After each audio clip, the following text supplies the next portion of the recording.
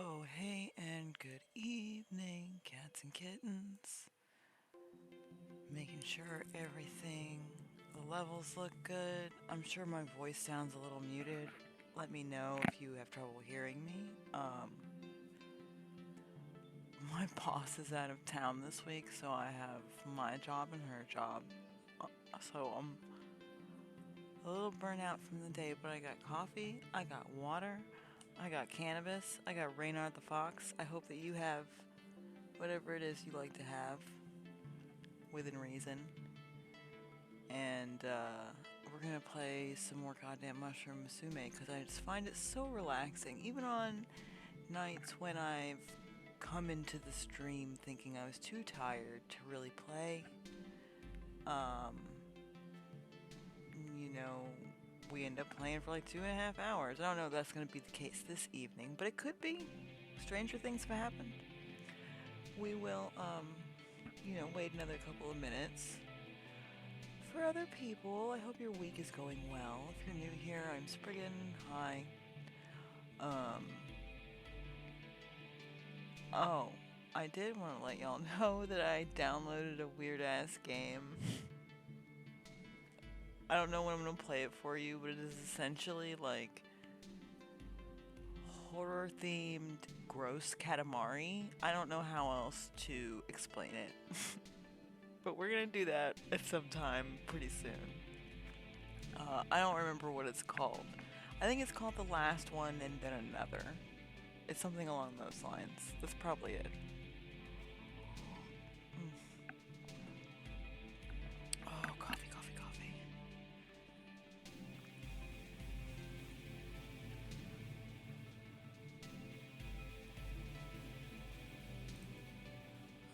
Hades, Roe, Donk, Drabsnat, and Regress. Nice to see you as always. Wonder what kind of mushrooms we're gonna get this week. We're really filling in the colors. I don't really know how we're doing with like the music tracks, but I suppose we can check. As soon as we get the game up and going. I just am concerned that we're not filling in the types of mushrooms as quickly as I'd like. So, again, we're gonna try and go for chaotic choices. Alyssa, thanks for joining us. I'll give it another minute or so.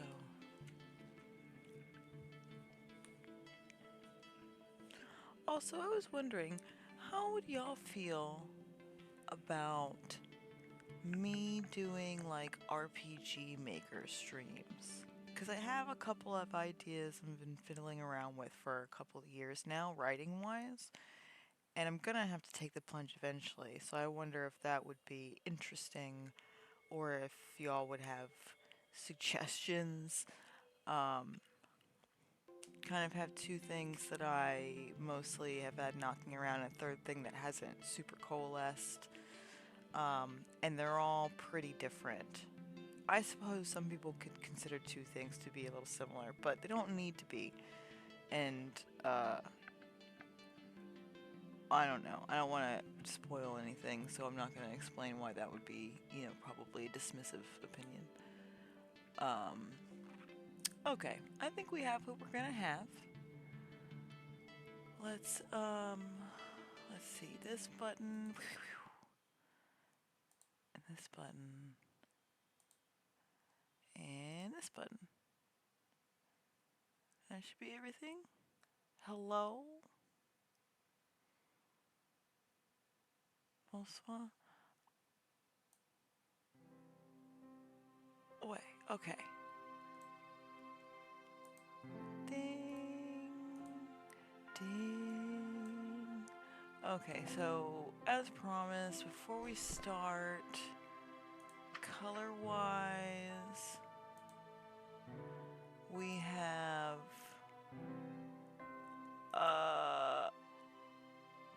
like more than half, probably 3/4, we'll call it 2/3 of the flower colors, and then the stone colors. Oh, duh, it literally has a progress bar. So 7 of 12, a little more than half.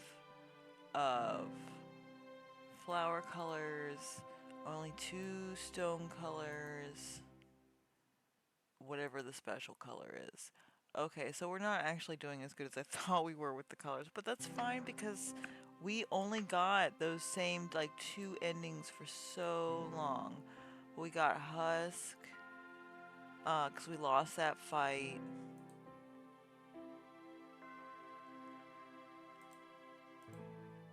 Did us winning the fight not count as a new ending? I guess it counts as achieving our goal, and that's the after all this time ending, but I thought, sorry, I did not make any adjustments to my headphones or microphone before I unmuted. Um, but yeah, I feel like we lost the fight and then we fought it again and we did it. Finally free, right?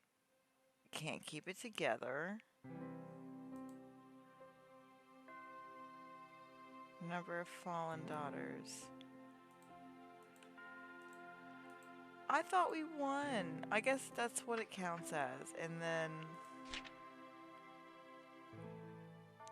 we're getting there. Okay. We have, and there's nothing to load. All right. In the interest of trying to get hopefully 2 daughters in before I just pass the fuck out.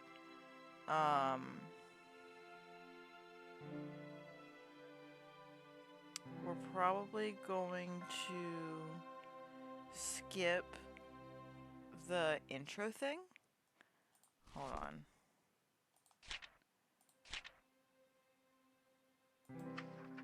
There we go. All right, I'm just trying not to repeat names. I reused Megri, but it's because that she ended up being, I don't know, Sivan was the little brown mushroom. Well, I reused Megri, but I don't remember why the original use of this name didn't work.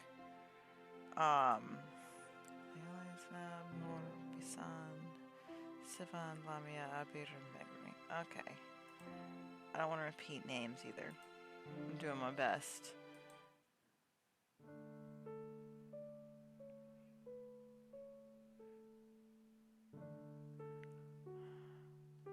Let's get to these decisions, and I'm gonna have candy. Okay, so our first decision, for those who've never joined us on one of these before, welcome. This is Mushroom Musume.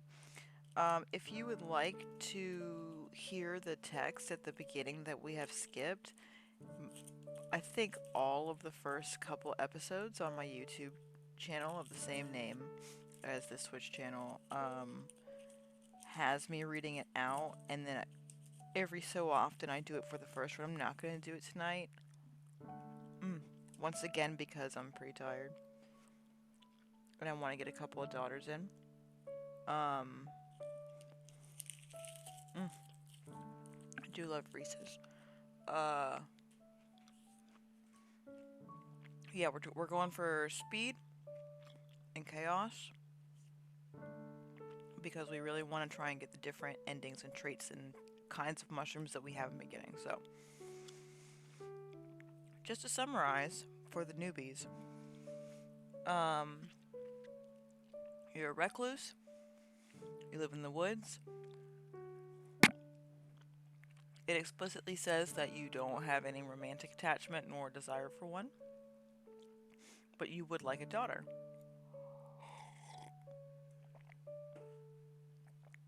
Okay, sip of coffee, good to go.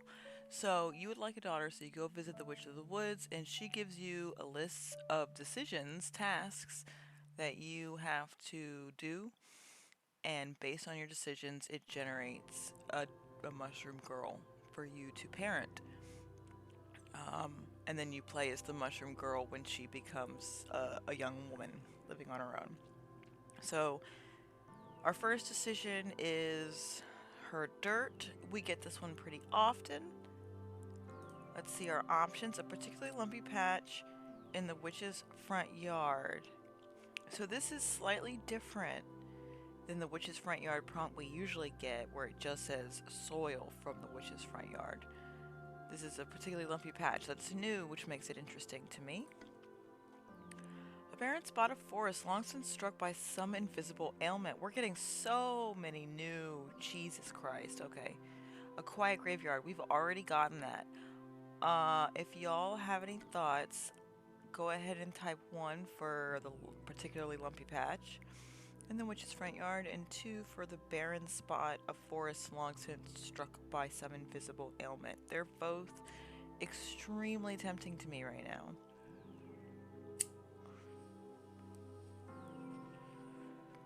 I'm honestly kind of tempted to make 2 save files really quick because they're new, and just play off these 2, and these could be our daughters for the evening. If that appeals to you, you'd like to do both. I believe I can. Yeah. I would absolutely be able to do that. Let me know. Tarsai, thank you for coming. Hi, Ava. Do we feel good about both? Okay. So to do that, we're gonna go to a fresh page. This one and this one, and we'll do this one. We're gonna do the particularly lumpy patch first. We'll save immediately and we'll follow that through. When it's done, we'll reload and we'll take the strange ailment forest soil, because those are both so poetic and I'd really like to do both of them. And clearly y'all don't mind playing me, watching me play the shit out of this game, so. Everyone feel good about this? Here we go. Well, the witch wanted dirt, and dirt there was in abundance. Besides, something about this dirt felt particularly fruitful. The recluse could spy roots in the soil as they extracted it. Yeah, we've never gotten this dialogue before. Also, even though I mostly skip the beginnings right now, we are going to save this on the left side. So when we come back, we'll go to the right so that we can do the other thing. But if it seems like we're going to get new dialogue, then I am going to read it out. Perhaps it was a good sign. Life could be sustained with this substrate. Arriving back at their meeting place, the recluse was excited to share their selection with the witch. So that's what you picked, eh? Very well, it shall do. Feeling the need to scrub their skin, the recluse retired to their hut to cleanse themselves. Alright, next task. Is it the heirloom? Emotions, not heirloom. Okay. Growth struggles to be achieved without presence. Offer me that which embodies the emotion you would provide for your daughter. The recluse pondered for a moment, thinking of what they had to offer. Silver-backed hand mirror, we've done that before. Prized gem fragment, I think we have done before. An unsettlingly misshapen sack, I know we have not done, so we're taking that one. And also, it has this weird border on it again that I like so much. The sack had sat in a forgotten storage bin for so long you could no longer guess at its contents. The unsettling appearance and yielding but distinct feel of it leaves you without the courage to even peek inside. Could this feeling be of use to your daughter? Perhaps with some nurturing care, something could grow from this. Returning to the witch, the recluse held out their offering. My, I suppose all growth comes at a cost, no? Feeling a tender hollowness, the recluse declined to answer. I wonder what was in this bag. Okay. Let's save that again. Totally new. Already pleased with this set of decisions. Next decision is the color. Okay. So, we just need to bring something colorful, something bright that we think will suit our daughter. We got a field of flowers, we got a stony river, and the cave of indecision. So we have most of the flower colors. Can I access my almanac from here? No. It would be really nice if I could do that. I suppose I just saved. I could save again, back out, check the almanac. Damn, that's so fucking irritating.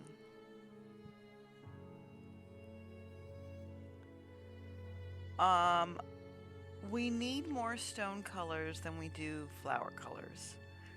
I feel like statistically we're more likely to get a new color if we do the Stony River, and I feel like the Cave of Indecision does not give us anything we need at any time, so let's go to the river. We haven't done that in a while. Alright, though underwater wasn't the first place most people thought of for color, the recluse understood there were many shades that people failed to consider. They arrived at a nearby river, glancing into the glassy water to spy a variety of small, shining stones.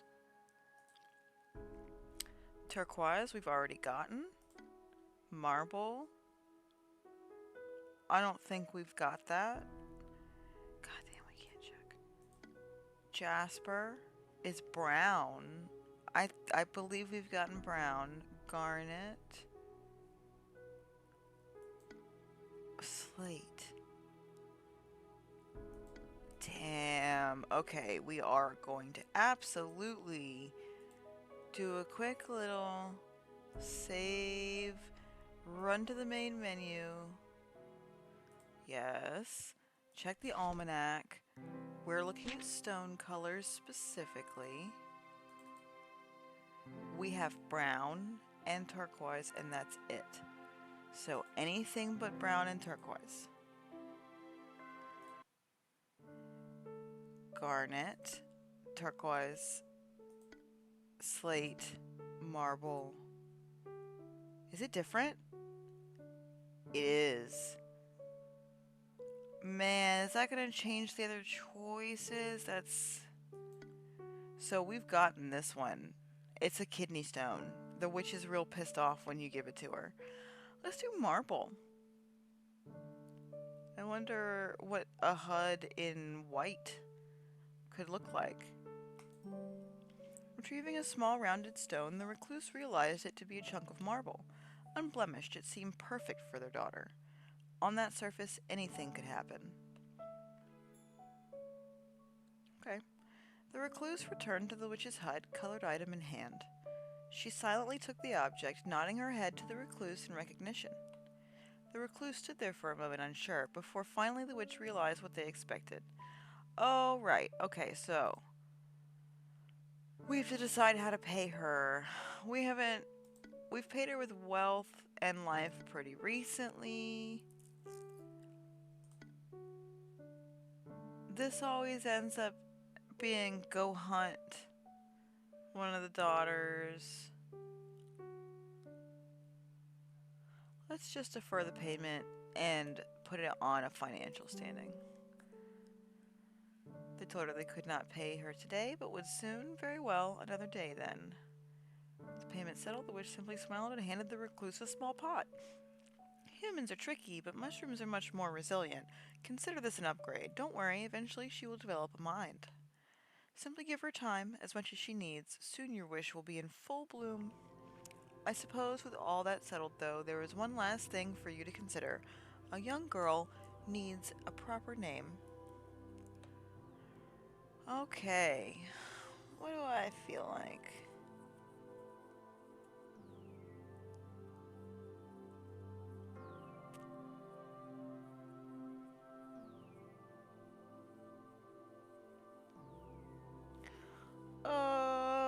Let's say Imane. Always loved the name Faith. Okay. Decided to give it a little thank. Let's go ahead and save because she has a name. And she is distinct. God, I hope I still get that choice there. Jesus, I'll be so sad. I almost want to load that save real quick, make the decision, and then save it again.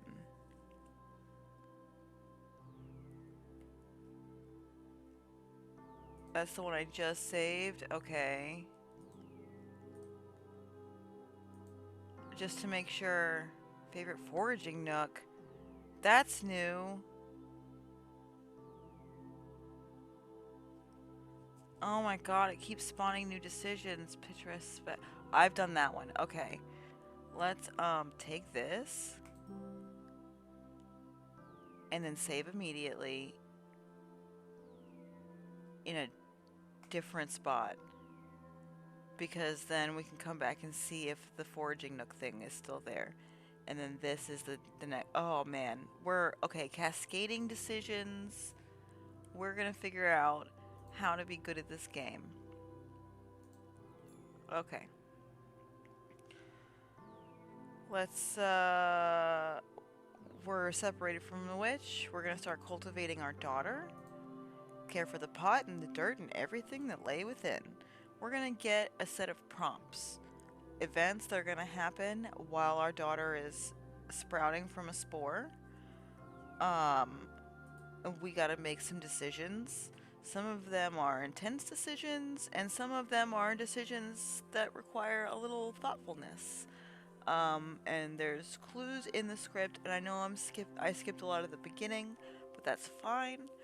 Um, you know, we're gonna pay attention to the keywords that come up from this point. So, okay. Finances, yeah, okay, so we're going over our resources, which are finances, nutrients, and stamina. We should have max everything because we elected to pay with money, but we also elected not to pay right away. So we haven't given up anything. We got a fuckload of nutrients. Okay. Did we skip something? Let's double check.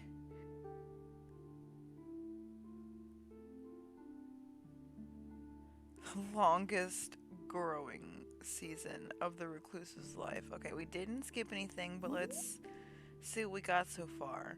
So, a white question mark. This is definitely something new.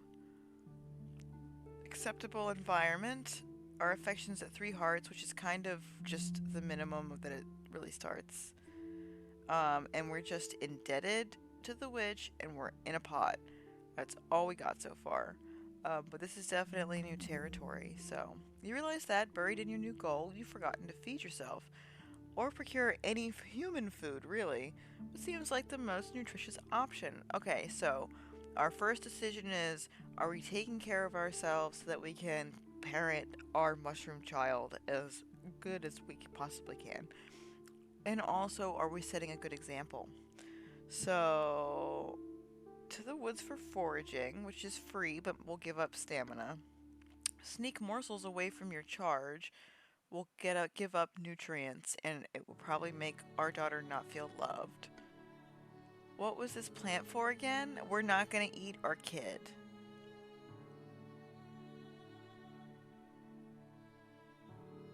I wonder if you get an ending.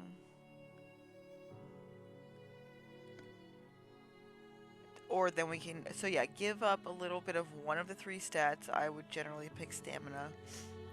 Or eat our kid. I kind of want to save eat our kid, get an ending, and then reload.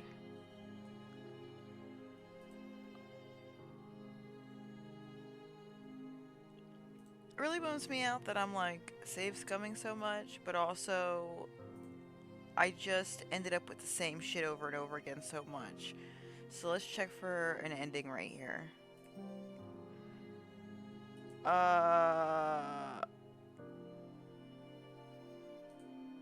See, I feel like we've read this. This is why we reused the name Megri, because it doesn't count. It's a mulligan and it doesn't count. That's why it seems so familiar. So, We're gonna forage. You know where to find food. It's been something that you've never struggled with previously. It's a part of you, nothing can change that, not even some strange plant.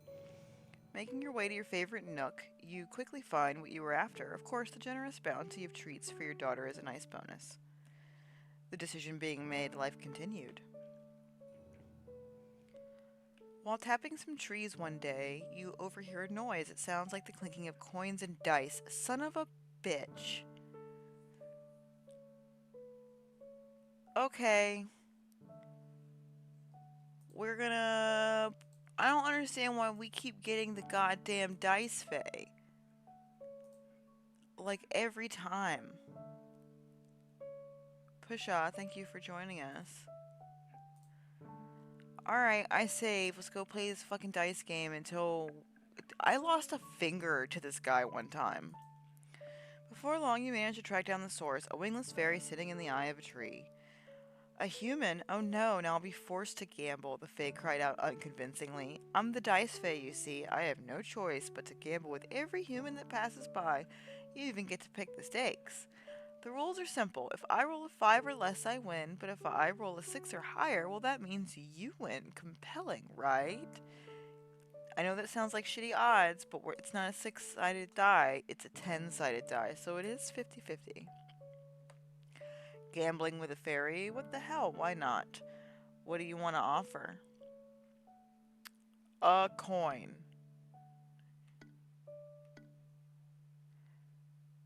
We've already made a kid be Fae.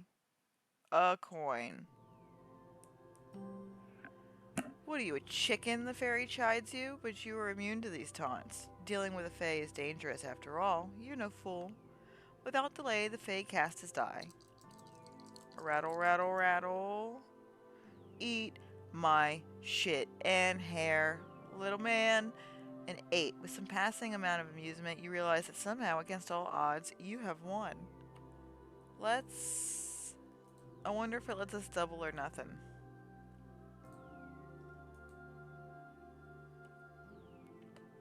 Wow, don't spend it all in one place now, the fairy shouts in mock amazement, throwing a small fistful of coins to you. You spend only a moment scooping them from the ground before you depart. Alright, well, never mind. When entering town one day, you notice a strange gathering surrounding some newly erected tents and market stalls. Farmers, townsfolk, and travelers are all bustling about, and it seems they are holding a spring garden festival featuring a contest for impressive and exotic plants. I haven't gotten this one before. Seeing as your daughter is such a large and beautiful plant, perhaps you should enter as well. That sounds ethically interesting. How is she feeling? No progress. That's not shaped like a mushroom, y'all. I think that this is just a plant. Simply enjoy the festivities, discuss gardening tips with other attendees. That might be nice for her environment. Enter your daughter in the contest. Purchase exotic fertilizer. We do have extra money, but I feel like gardening tips might be good. Enjoy. We're gonna buy her some exotic fertilizer. Walking through the newly erected market, you see a strange stall adorned with unusually bulky crops and numerous hanging bottles of murky sludge. Ugh. I don't know why that word took me so aback when I got to it. The peddler notes your interest and explains that she sells a special growth formula produced in a remote mountain village, guaranteed to double the yield of any crop. Despite the dubious claim and frankly unreasonable price tag, you decide to give it a shot and purchase a bottle for your daughter. After returning home and applying the concoction, your daughter does actually look a bit healthier. You wonder what they used to make such an effective fertilizer. The contest having ended, life continued. I guess she could have been born famous, but we'll see what happens. Already? I guess we did make like 3 decisions already. Your daughter has changed in the night. Tending to your daughter one day, you notice the plant has started to develop healthy-looking leaves and looks larger than before. Yeah, and it's not walking, it's not a mushroom, and it's not alive. It's underdeveloped and feral. The environment is only acceptable, and it doesn't feel loved. Okay, I'm really trying to do for you. You were perhaps expecting some sort of magical transformation to occur in the plant, but witches work in strange ways. After appraising her carefully, you decide to give the plant some extra care today. Enrich her soil with fertilizer.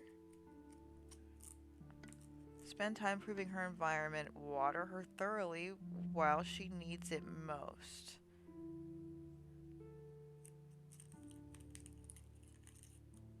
Let's work on her environment. You decide that now is the best time to promote her growth, spending extra effort improving her setup. You attentively clean her pot and add a support, making sure her growing conditions are just right. The improvements seem to help a lot, and each day she looks a bit bigger and healthier than the last. The decision being made, life continued.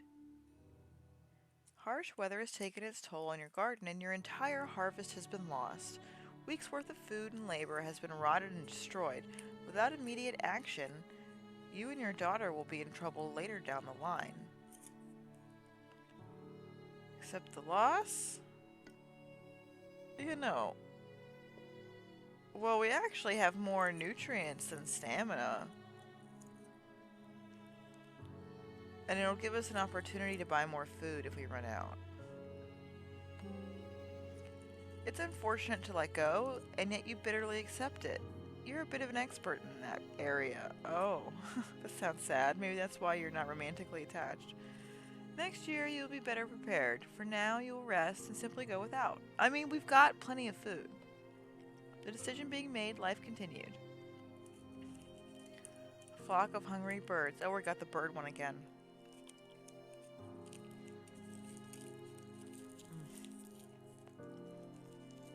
Oh, candy. Okay, so the birds are fucking with our kid. Ignore them.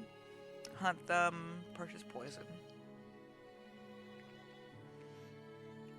I hate that it's not giving us friend of bird. Well, the food's low, so we're not reading that. It makes me sad. Alright. Your daughter has changed in the night. What the hell is that? That's not a mushroom. Lately, your daughter has developed into a tremendous plant. She has grown nearly as tall as you, and is overtaking her pot with bulging roots and prolific foliage. You still sometimes wonder if she's ever going to start moving and climb out of that pot, but you are nonetheless proud of your healthy and beautiful daughter.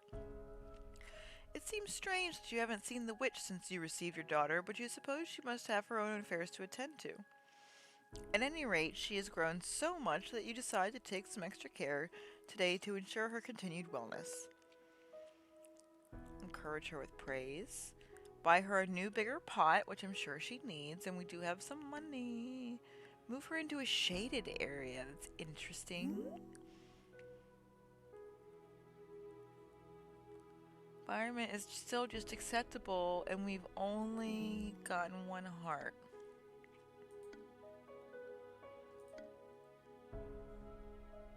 Get her a bigger pot. You felt some sort of attachment to the little pot the witch had given you, but it's become undeniable that your daughter will be happier with more space. You take a trip into town to procure a new pot, selecting a beautiful and spacious ceramic planter, intricately decorated with carvings of leaves. Oh, we're getting her a nice pot. Bringing it home and replanting your daughter takes a lot of care and effort, but it seems to pay off. She continues to grow, quickly filling out her new home. The decision being made, life continued.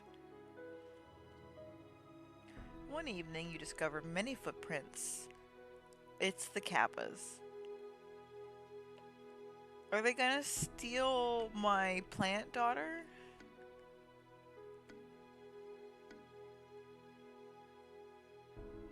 We can fight them. Can buy some magic. I know standing guard works. I think it just drops your stamina. I think we can just keep her in the house because she's in a pot. Or hunt one. So like a little stamina. So small, medium, and large staminas. We'll go with medium. Oh, I think this is a roll. Fuck. The things may be dangerous to children, but a healthy adult can easily catch and kill one. That will certainly send a message. Yeah. You save some to eat and you put the shell up to scare them away because they're child stealers. So one day, you awake slightly earlier than usual in your somewhat somnambulent state. You hear an ethereal croon originating from your garden. Oh, it's a fairy! When you go out, you spot it. A small fairy clad in white is sitting amongst your crops. We're not gonna feed her. Well, the daughter is. This, like, skull baby.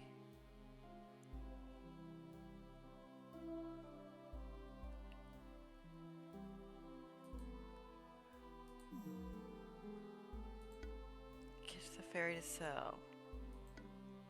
Well, small fairy guarding daughter's room.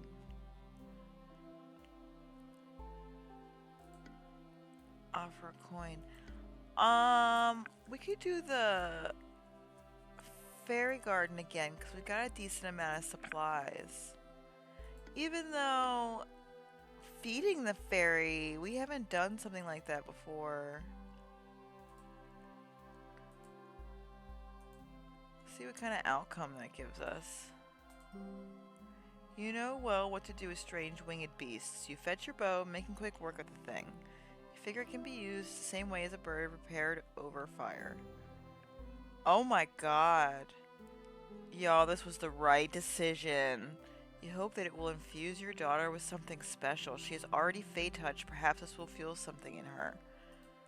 Holy shit. Look at this color. Oh my god. It's so beautiful. I can't even really see. So that's one of the special colors that there was. The special color. I got it. So I never have to make that decision again, which is good because it made me kind of sad, but I was inspired by the skull thing. Calm and caring. Excellent in quality, not super low. So we need to make an affectionate decision before her childhood is over and she's got fairy blood. You've been thoroughly saturated with the essence of dead fairies. You're also a magical creature. Is that cannibalism? Incredible. Fucking incredible. I can't believe we did this. Hold on, I'm gonna do a fucking tweet because I'm so pleased.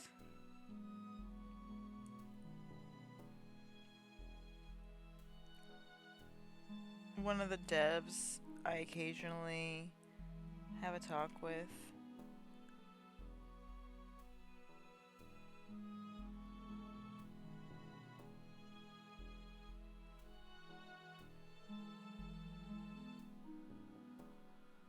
Man, I gotta fucking remember their at. It's so much.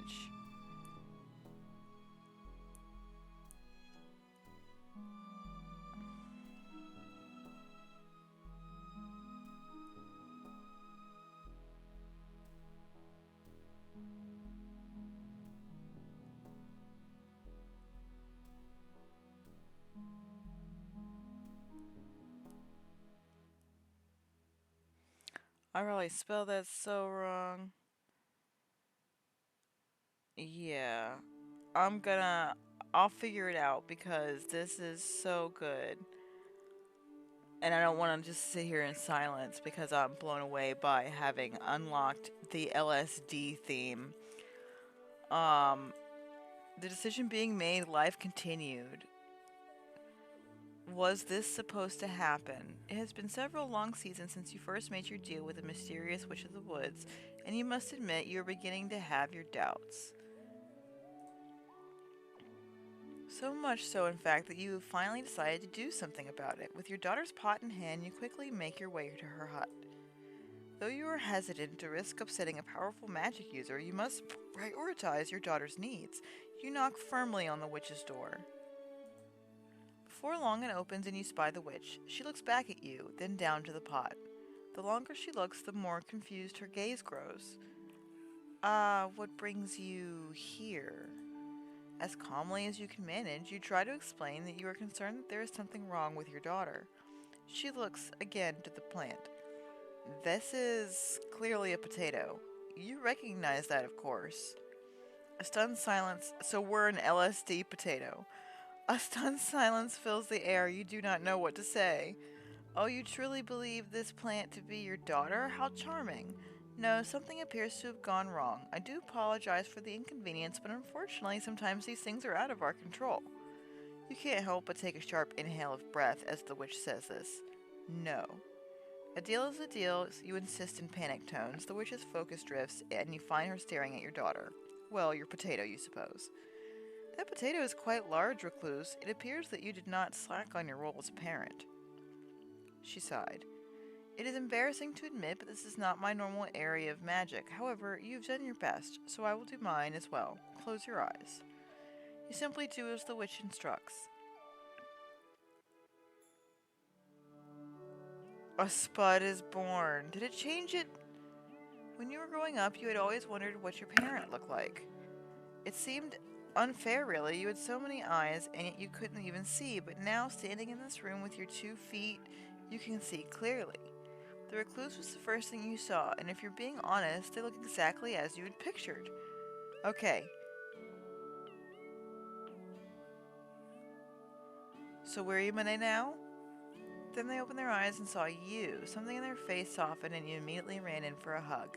They held you tight, unable to hold back a sob. This is so sweet. So what did we get? Best spuds, we unlocked a song. Gourmet, potato brain, and potato body. Okay? But does that mean... I feel like we already had brown.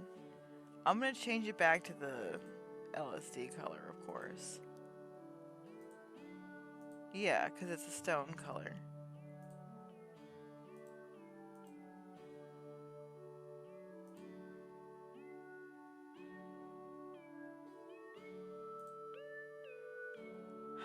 Okay. Because we earned this. We made fucked up decisions. The two of you departed the witch's hut The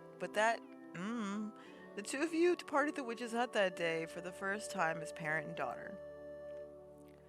Over the next few weeks, you got to tell the recluse everything you always wished you had had the mouth to say. You get to eat human food for the first time. Frankly, you find yourself unimpressed, but there's always room to improve, among many other firsts. Over time, these firsts fade away to comfortable seconds, thirds, 15ths. Getting to interact with the recluse is great. You greatly enjoy your ability to do new things, even if you find that you're often not very good at them. But your potato brain won't get you down. In fact, after some time has passed, you begin to wonder more about the outside world. Finally, one day you confess to the recluse that you want to strike out on your own.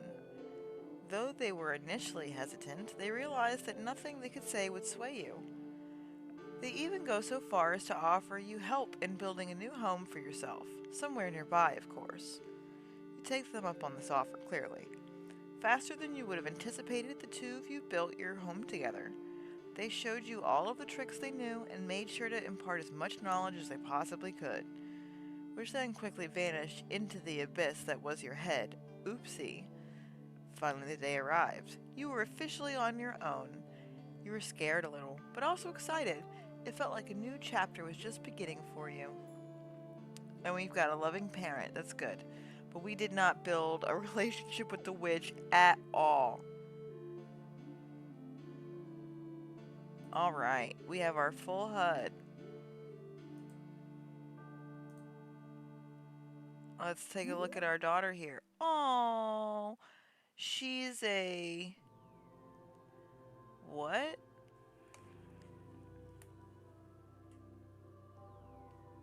Oh, I might have to change the color to read this. A sooty?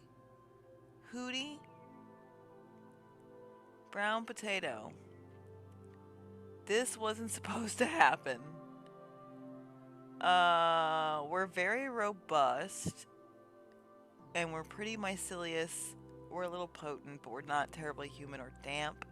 We are a gourmet. Wait. Yeah, it says they envy our flavor, which probably means someone's gonna try to eat us. We do occasionally get an event where that happens. I haven't gotten this potato before. Magical matters are forever beyond your understanding. Okay, so we're dumb. That's fine. Damp and melancholy situations are bad for your health. So we gotta stay dry. We actually do spudly qualities instead of sporely or shroomy.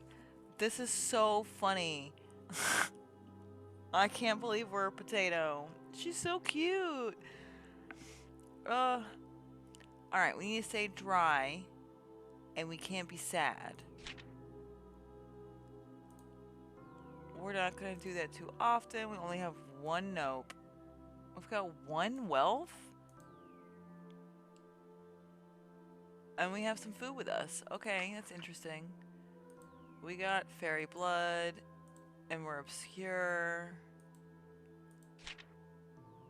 Man, we should have made a relationship with the witch.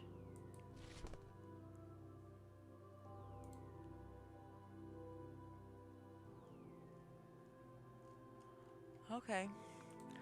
Well, here we go.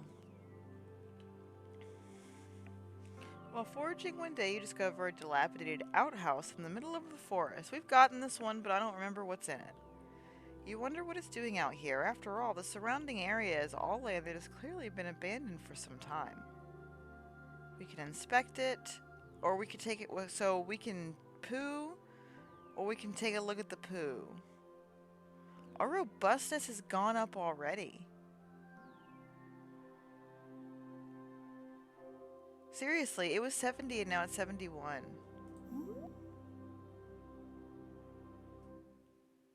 This is so weird. Okay. I feel like I found something last time. Wait a minute. An outhouse? That means fertilizer. You burst into the outhouse without so much as a knock, and to your delight find a bowl of wonderful fertilizer. Oh my god, we're gonna eat shit. We are a potato. Technically, we literally eat shit. Okay. Whatever makes her happy. Right? You do you, Emily. It's like those monkeys with the coffee beans, right? Well, it's not like you're going to just ignore the prime fertilizer there, especially not when there's a handy burlap pouch just right next to the seat. When you leave the outhouse, you do so with your head held high. What are you going to do with the fertilizer? Who knows? But it's always handy to keep around, right? We just got a bag of shit. Night soil. So I do remember doing the same thing last time. A bag of nutrients. That's what they are. But yeah, I want to be able to use the bag of shit at some point. One day you find yourself considering the thought of dinner. Primarily that you don't feel like preparing it. While you don't need food, as the humans call it, you find that it's a comfort you particularly enjoy indulging in at times. Those times are primarily in the morning, in the afternoon, and in the evening. You've been told humans enjoy their meals in this structure as well. This lack of will, yet interest in flavor, compels you to think. You remember that in the village there is an establishment you've yet to visit, a restaurant run by one of the locals. A meal. Without having to cook? What a brilliant idea. Our mycelium went up because we went in that fucking outhouse. We're a moldy potato covered in shit. If you were going to ask a stranger for food, you figure you should try to play to human social norms. Perhaps it would be wise for you to blend in more than normal today. You decide to don a head wrap and dark tinted glasses to conceal some of your abnormal appendages and make your way quickly to town. Thankfully, you are familiar with the area it is locked in. Wow, located in. This knowledge helps you get there with the utmost haste. We've been playing for almost an hour, y'all. Everybody drink water. It's time for a water break.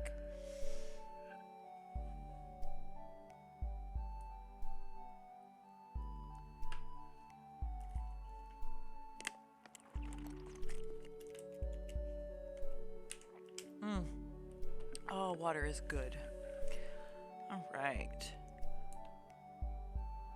When you arrive, you cautiously enter the front door of the establishment.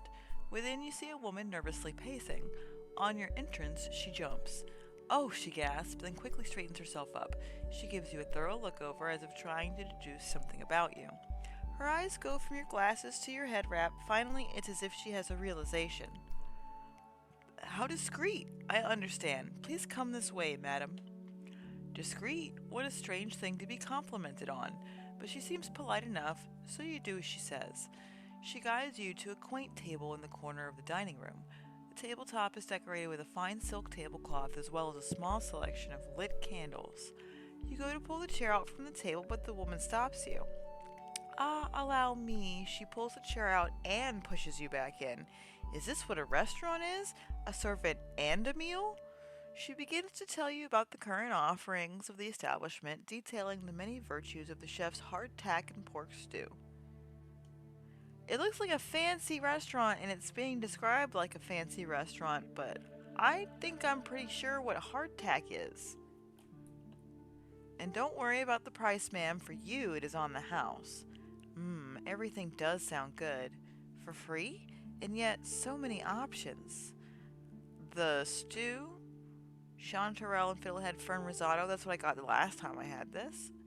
Aerated squirrel liver pate with a rustic acorn soil. This one comes with dirt.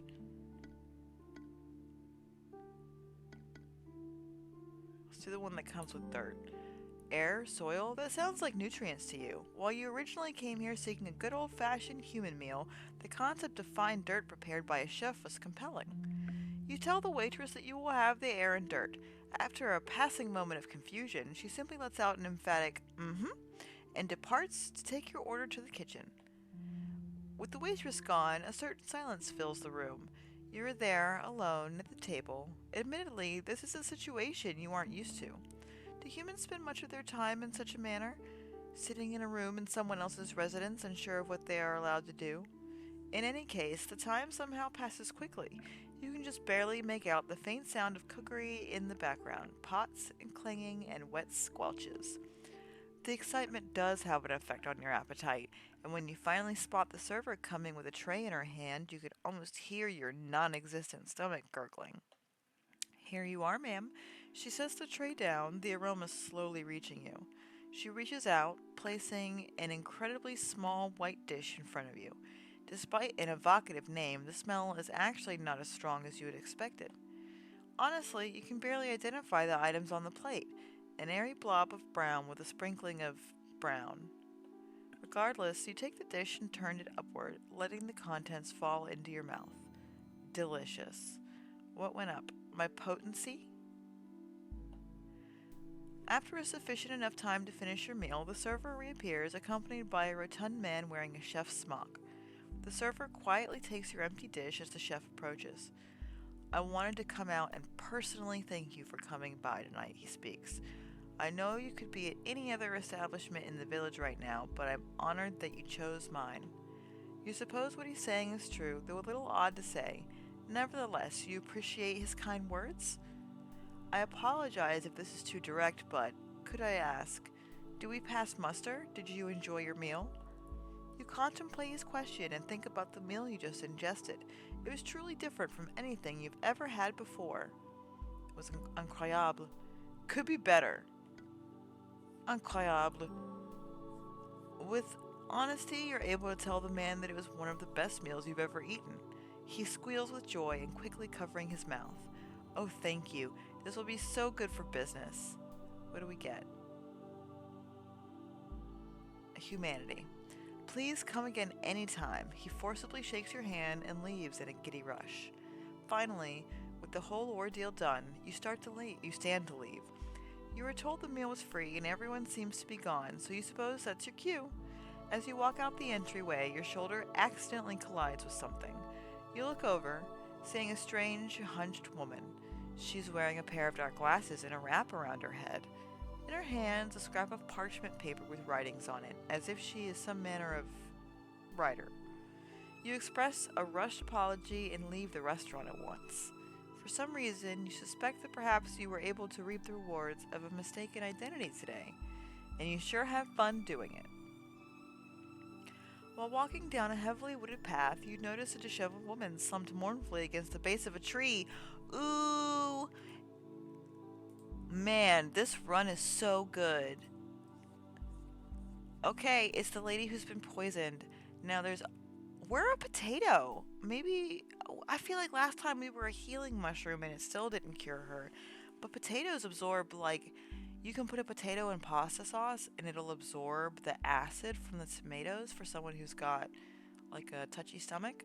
And then you can throw the potato away and then you can serve them the pasta sauce. So, maybe we can absorb the poison by making out with this lady. Because she will offer to make out with us. I mean, I think we offer to make out with her. It's a whole making out thing, but it is to cure her poisoning, if this is the lady that I think it is. Here we go. She bears numerous scratches and light wounds, as well as peculiarly coal black lips. This is totally that lady. Her clothes are torn and dirty, but despite this, you can tell they were once quite expensive. I think I just saved, but just to be sure. Yeah, it's that image. Excuse me. Curiosity piqued, you approach the woman, asking if she needs help with something. The woman grimaces, shaking her head. Nothing can be done for me. I have been sentenced to death. As she speaks, you notice her tongue is stained, as if she had been licking ink. You can't help but feel intrigued, so you insist. What does she mean? A few weeks ago, I was walking through these woods when I witnessed the most beautiful woman I had ever known picking flowers alone. I am ashamed to say I was so taken by her stunning looks that I followed the woman, aiming to at least ask her name. So say we all. When you see a beautiful witch in the woods gathering mushrooms and flowers, you at least ask her name. I discovered far too late, however, that it was no woman, but the witch of the woods herself. Worth it. Your eyes widen. Few humans would even speak of the witch. To follow her into the forest is regarded as, a death sentence. I know not if it was a punishment or fulfillment of my unspoken request, but upon my approach she twisted around and met me with a terrifyingly intense kiss. When I came around again, I bore a terrible curse. She visibly trembles, pulling at the tattered ends of her elegant dress. Solid cobbles seem to shift under my feet, and steady tools writhe like snakes in my grasp, conspiring to be dropped. Sometimes you kiss a strange lady in the woods, and then you can't walk or hold things afterwards. And that, you know what? Again, I say worth it. Kiss strange ladies in the woods. Or ladies you know. As long as the lady likes it, and you like it, go kiss a lady in the woods. But hopefully, it doesn't give you, a motor condition.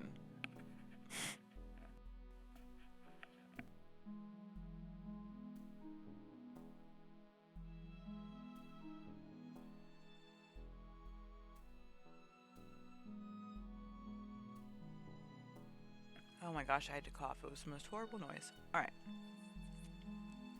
So, this hot lady is laying against a tree.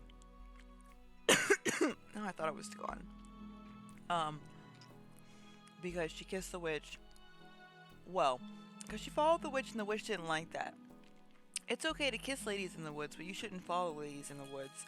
Make sure the lady wants you to be there before the kissing happens. These are all very obvious things. So she follows the witch, and the witch gives her a little kissy poo, and now she's cursed and or poisoned. And she can't walk or hold stuff. I've been doomed to fail at all things. I've lost my work, my coin, and cannot even prepare food or forage without injuring myself. It has reached the point where I can do nothing but sit here and wait. She trails off, pursing her blackened lips. Again, the doomed lady falls against the tree. Staring blankly, it's apparent that she has utterly lost her will to go on. A cursed kiss from the Witch of the Woods? How unexpected. So I want to be able to, because I failed this previously and I didn't save it a good time. So trying to get it right, that would be new. Ask her to give the curse to you with a kiss. Decline. Tell her to pursue a romance with the witch. So we tried to kiss her last time and it did not work. Tell her to pursue romance. Lady is clearly missing the most important part here. The witch is totally into her. You tell the doomed one. Oh god, it's a roll. Fuck.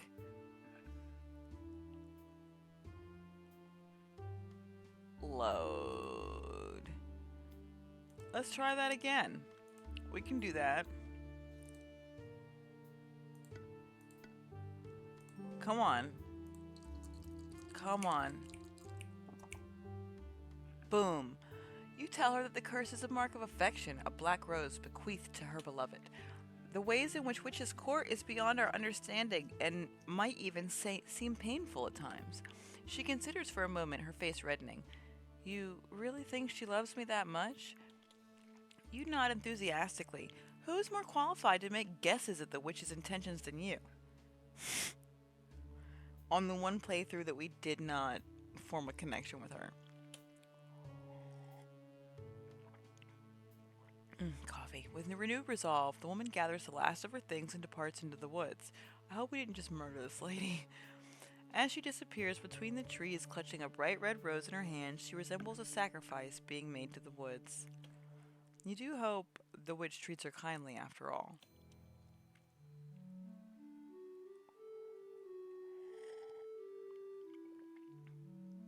We lost humanity, and I think we gained mycelium.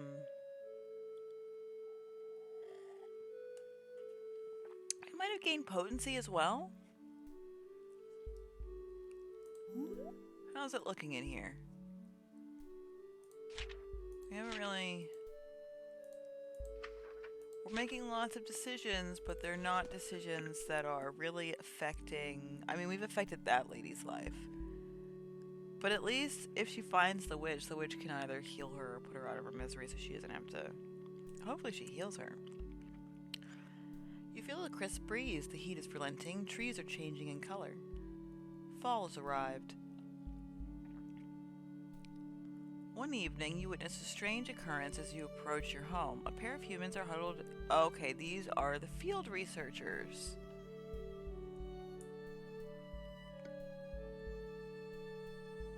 We can throw shit at them. Finally, we can throw shit at someone. Not wanting to deal with whatever these strangers want from you in the evening, you decide to send a message. Carefully retrieving your pouch of night soil, you undo the drawstring, bring your arm back, and let it fly. Oh shit. Maybe I should have saved. Is this a roll? I'm so smart, y'all. Contents rain over the group, but the bag itself makes contact square with the head of, presumably, the leader. Several obscenities and panicked noises later, and the group is returning from wherever they came. Oops. And returning from wherever they came, leaving you alone. It may have been a waste of perfectly good poop, but at least it sends a message. Investigating the bundles of documents and notes left behind, you surmise the pair were researchers of some sort. They carried serialized pamphlets featuring rough illustrations of various rare and unusual creatures living in impossible places. What a strange thing to print. And yet, something about the bizarre woodblock illustration stimulates your curiosity. Are these creatures really out there somewhere? You go drift to sleep later that night, your mind swimming with unanswered questions. We lost some robustness and we gained potency. Maybe we're going to become a cryptozoologist. One day, without realizing it, you'd stayed in the village much later than intended. The sun had finally set, and darkness has enveloped all. Thankfully, you are fully capable of taking care of yourself. You know the settlement well, and the lack of sun does not change that. You decide to take a shortcut through an alley, but to your surprise, there are others there as well. Quite a few others, in fact. It quickly becomes apparent to you that most of the alley's denizens are going into a single door, one that, when open, you can hear the faint sounds of revelry and triumph through. When they go to leave, many have small trinkets and seem tired from a long night of cheering. Steal from one of these easy marks.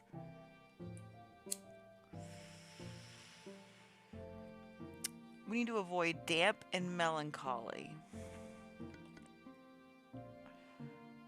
Is it a strip club? Or maybe it's like an underground boxing ring. Like a gambling thing?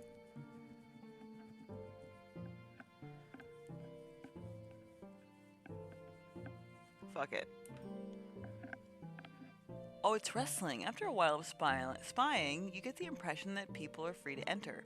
You're people, basically, so you figure it's safe to investigate further. As you step inside, the roar of the crowd grows in volume and clarity. It takes your eyes a second to adjust to the dim light. You move past a few tables full of merchant goods into a large room full of people. At the center of it all is an arena, topped with a fighting ring. The ring is currently in use as two combatants circle each other. One fighter is a man in a crude grasshopper mask constructed out of dyed linen and leaves. He moves with a quick, staggered step, often feinting at his opponent. His opponent, a tall figure largely obscured by a dark cloak, counters nimbly, keeping low. You watch as the grasshopper man grabs the cloak, using it to pull his opponent around the ring. You find yourself drawn towards the crowd. The mood of the fight is simply intoxicating. Before you know it, you're whooping and hollering with the rest. Finally, in a thrilling conclusion, the caped fighter manages to subdue the crude grasshopper. They triumphantly suplex the masked man to the joy of the crowd. Though initially slightly concerned for the man's health, you find that both fighters have support immediately afterwards. Slowly, the crowd begins to dissipate. Aw, she doesn't know about kayfabe, brother. That's okay. Once she starts watching and sees some pressers and maybe watches a few Dark Side of the Rings, she'll get it. It'll be fine. What a thrilling event.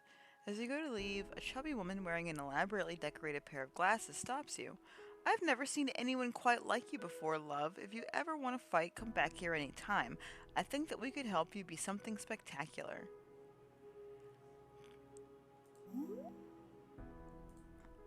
Damp and melancholy. And I'm really robust. And I'm getting more potency. I could become a professional wrestler. That could be my year goal. I also would like to find out what happened to that lady. I don't have anything new.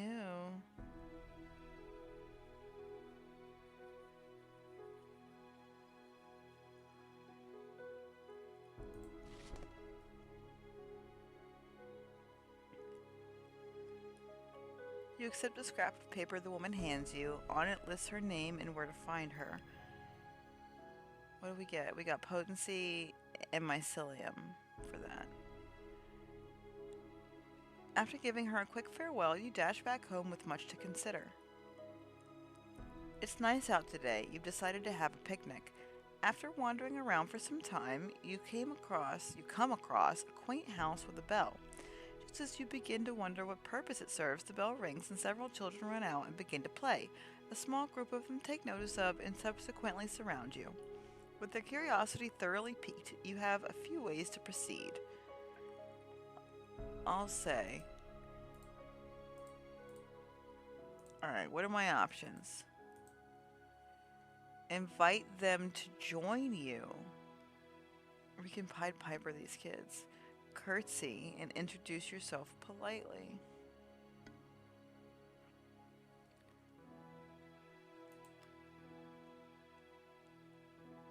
Oh. Huh. That's interesting.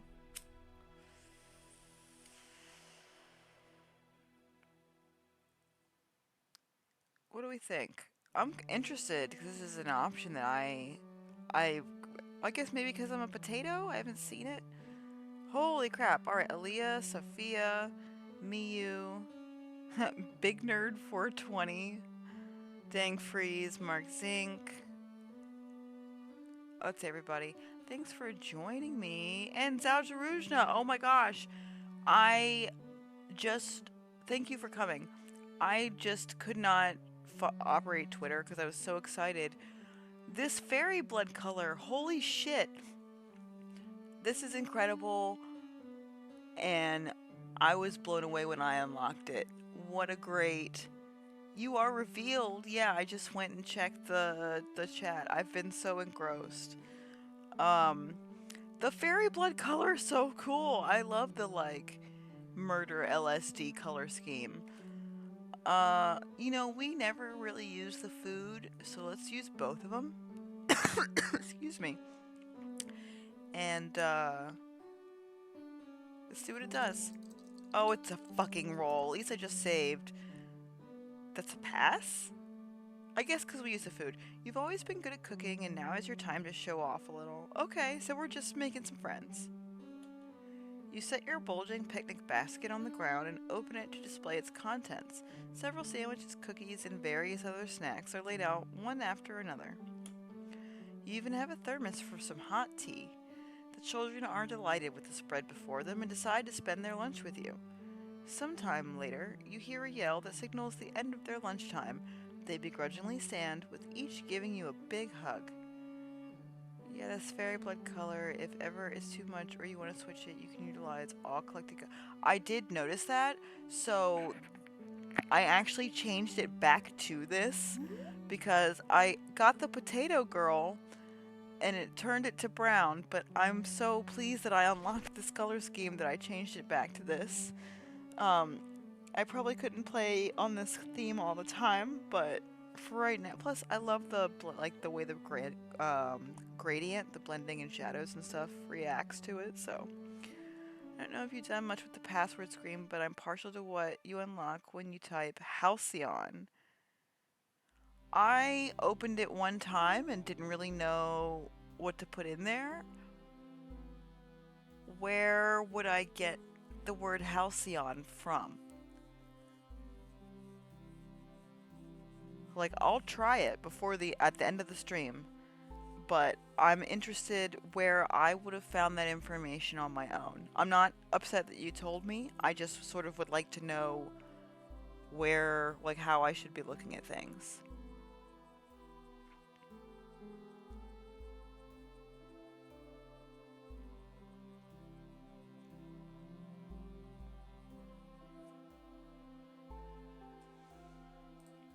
You have to visit again sometime, okay? Bye-bye. Tater Lady. We're the Tater Lady.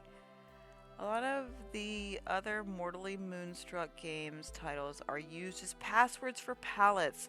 Roger that. Okay, that's plenty of information. I appreciate the hint. We'll check out Halcyon as we're ending the stream. And then I'm going to take a look at the other Mortally Moonstruck games, and next time maybe we'll have some... Because I was worried that I haven't been unlocking things at the rate that I probably should. I got After All This Time so many times as my ending because I was too concerned with getting good rolls all the time. Right now I'm just sort of doing that if it's new or if I know I've gotten the bad roll of that event. So I actually won the dice game against the Dice Fairy for the second time today. And that's cool because the first time I lost a fucking finger to that guy. Alright. We're more robust again. That's good. Because we lost a little earlier. This is the highest we've been. And I think we're more potent as well. You walk away, their kind comments filling you with strength. A chilling breeze greets you one morning, heralding the approach of winter. The end of the year approaches, and you find yourself considering your aspirations. You want to accomplish something significant, you decide something you'll remember. I can give you other seasonal passwords if you like. They revealed a social media post will be available for rolls in the full edition. Yeah. If you're still here when I go to do that, have you lost a daughter to that fairy yet? It might behoove you. Yes, I have. Yes, I have. I have a fairy ring daughter. Holy crap, dude. So,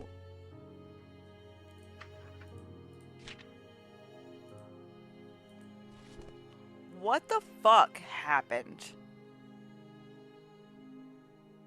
How did this... I was very taken aback. What else did we do? This cute little girl, this little turkey tail. I started the worm friend, but obviously I didn't get far enough that anything happened with it. Everything looks so good in this color scheme. Let's look at Megri. Megri looks fucking possessed. Get witchy. But Nisrin looks great. Yeah, man, this color scheme... Excuse me.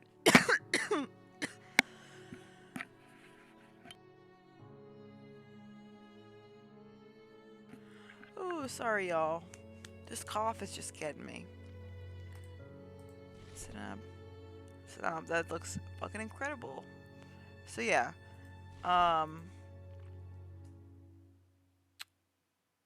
Consider this color scheme the Smarties scheme.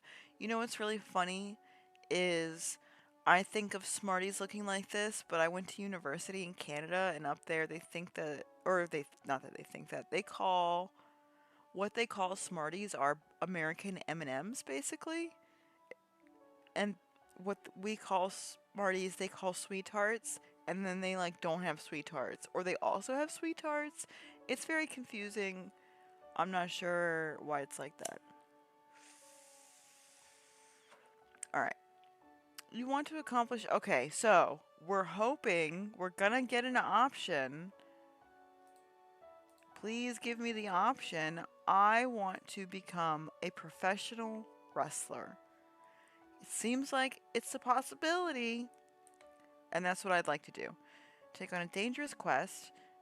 I've done the fucking gala. Decide not to pursue anything. How do I become a professional wrestler? Canadian Smarties are so much better than American M&Ms, though. You know what? I don't even know if I tried them, because I really wasn't eating a lot of junk food at the time. This is something I will accept you letting me know. Does one of these decisions let me become a professional wrestler? We have gone and watched the wrestling match, and the lady that was there was like, if you want to be a wrestler, come talk to me. What do I do to do that? From these choices, if possible. So, a dangerous quest? A dangerous quest, huh?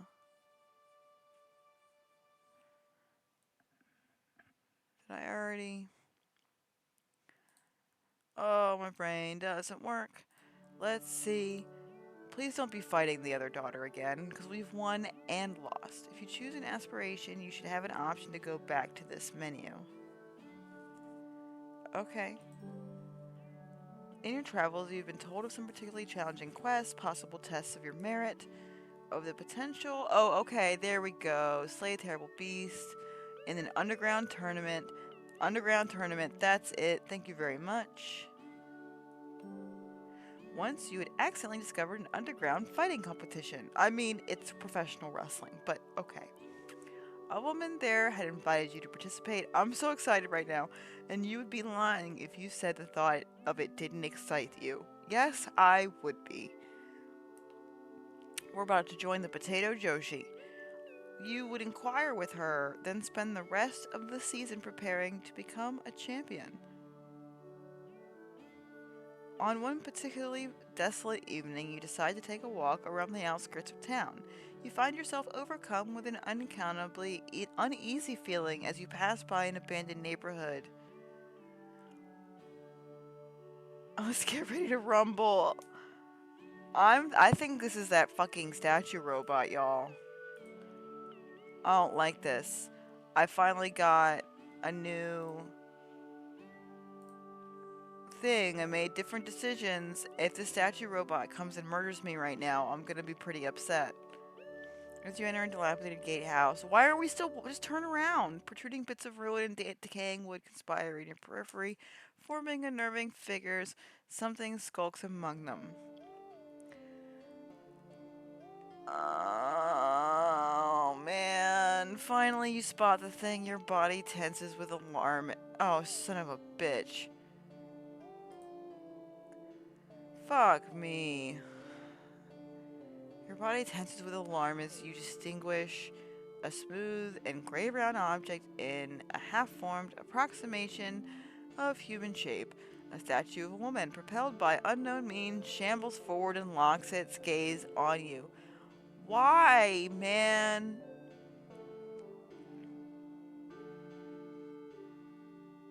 We found a new direction in life.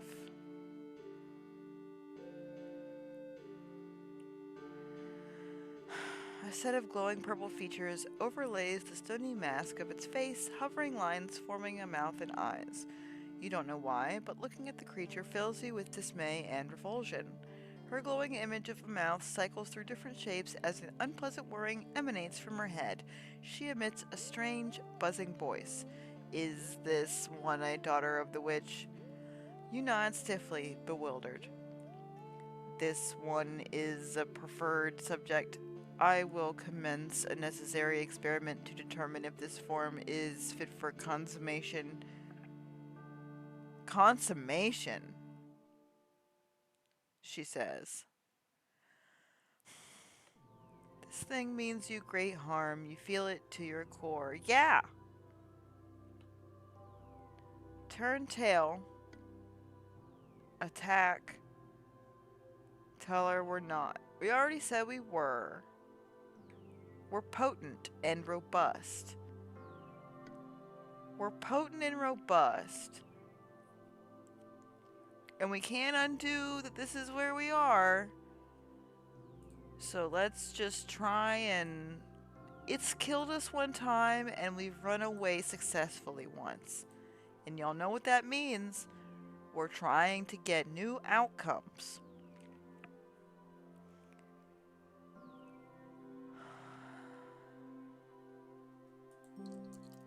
Fuck, fuck, fuck, fuck me running.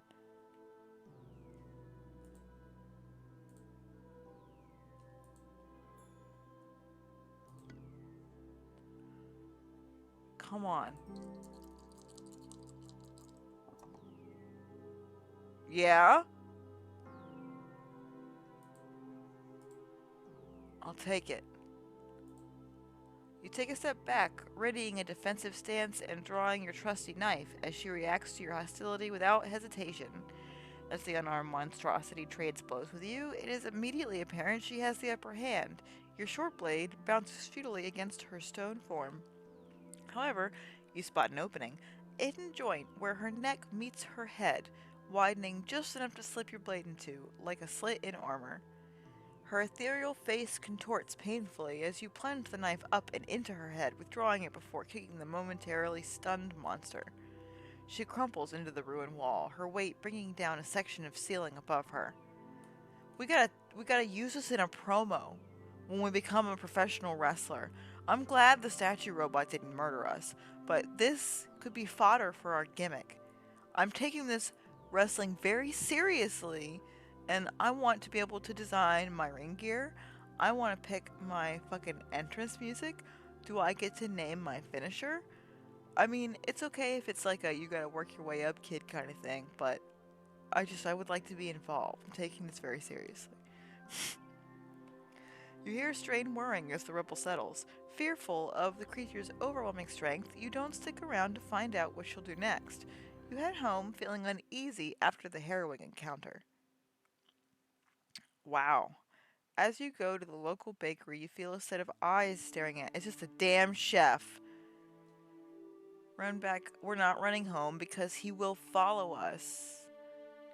We've always yelled at him. I just feel like it's a bad idea. We want different outcomes. Ugh.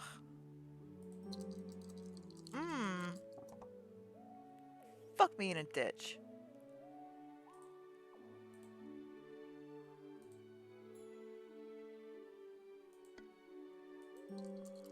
Oh my god, oh my god, oh my god, oh my god. Fuck me running.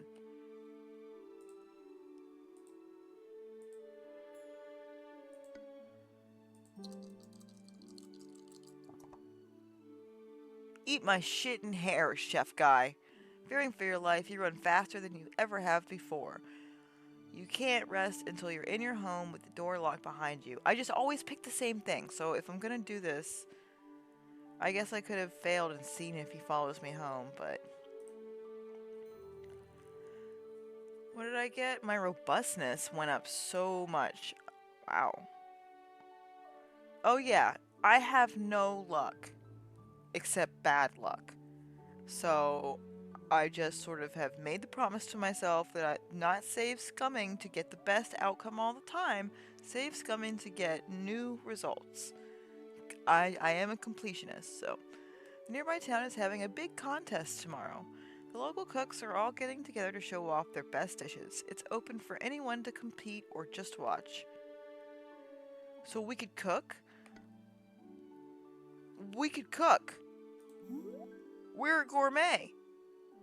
They envy my flavors, though, which makes me think that they want to cook me.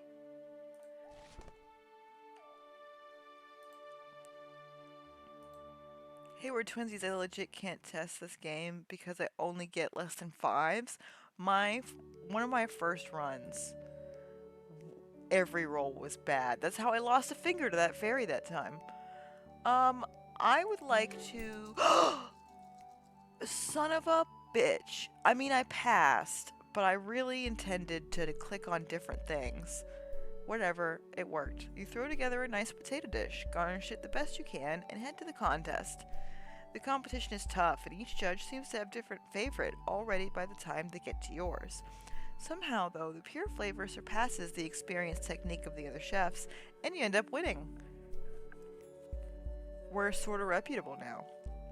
The first snowflake of the season had just fallen when you realized that it is time to finally get in touch with the woman in glasses that you had met at the fighting competition. You have to get back to the building where you first saw the fight. That's what was written on her calling card, at least. Thankfully, you know the village like you know your own eyes. Before we continue, nothing looks terribly different. We have 1 soma, 1 wealth, and 1 food left. We are sort of reputable. And yeah, okay. I hope that winning this tournament is a new ending and I don't just get after all this time again. Like, if just achieving your goal, no matter what it is the same achievement, then that makes me tempted to say, don't set a goal? I don't know. You walk there quickly, rubbing your hands together in an attempt to warm yourself. Hopefully the fight would be invigorating enough to heat you soon. When you arrive, you walk straight into the heavy doors that you remember from the last time you were here.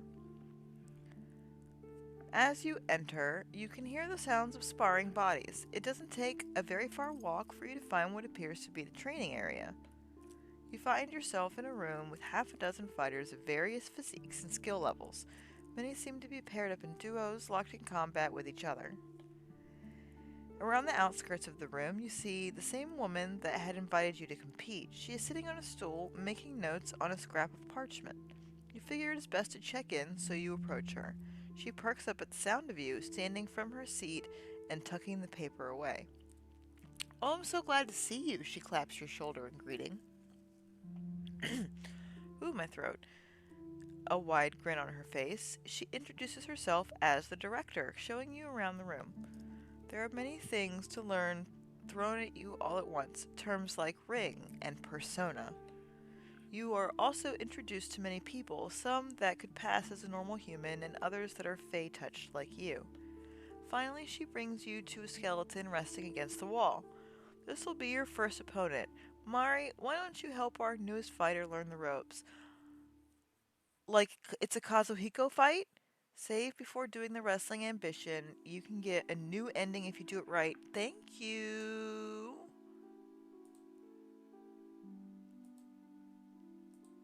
Okay, so a skeleton leaning against the wall, like an inanimate object, right? It's like Kazuhiko. Skeleton hops to his feet. Oh no, this is a living skeleton. And immediately goes to shake your hand. Nice to meet you. I guess it's time to get to work, ain't it? As you come to understand it, this tournament is something that is actually quite rehearsed. Yeah, it's professional wrestling. Don't worry, kid, it's still plenty physically challenging. Your bony buddy nudges your ribs in good nature. We just want to make sure it's good fun, not a death match. Yeah, man, if you harm your opponent, you're a bad wrestler. That's how it works. This is your dance partner. You take a second to ponder what death meant to a skeleton, then continue your training. You can't just assault your opponent, it's choreographed. The two of you have to practice the fight beforehand, ensuring that all of your moves and stunts are rehearsed. I love that whoever wrote this segment either digs wrestling or talked to somebody who digs wrestling. Because I appreciate that this is even an option. The director, shadowing your apprenticeship, steps forward for a second. I assume this is alright with you? If you have misunderstood the spirit of our competition, there's no hard feelings if you'd rather leave, of course. I'm already here. This is not the way of the warrior. Yeah, we're going to continue. I want to be a wrestler. You aren't sure how to feel about this development, but if you're ready to fight, you suppose you're also ready to do whatever this is. With the matter of your participation settled, you and your sparring partner get to work. Before we get started, I'm gonna need you to show me everything you got. You begin with a brief stretch. Go at him with all your strength, be tricky, and go for the legs. We're very robust. That makes me think that we could just, like, spear him. Or we would spear him in the legs. You know? Ooh. Pardon. We have been streaming for an hour and a half. Maybe we'll only do one daughter. This one's actually lasting. I'm pleased. And we do have that, what, 2 other saves of jumping off points for different daughters, so we might be able to manage a little more specificity. Remember the routine.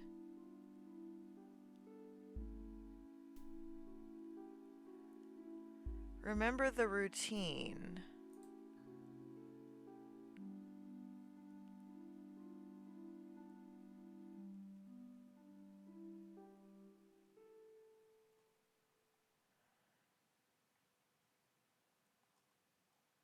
How far back can I go?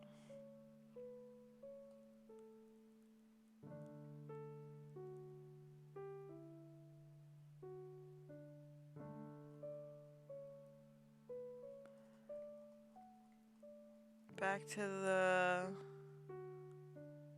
performance itself?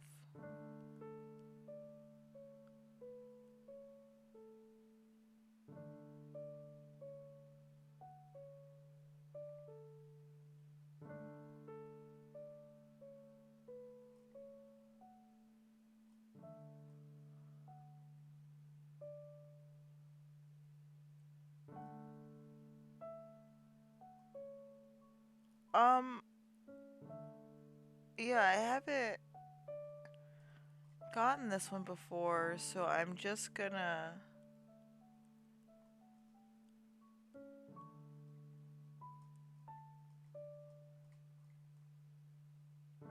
Come on. Oh man, it's so far up there. There we go. Excuse me. Oh no, that is not far enough.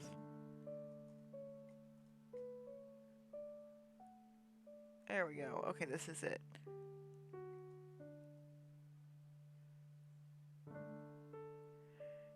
Subdue the crude grasshopper.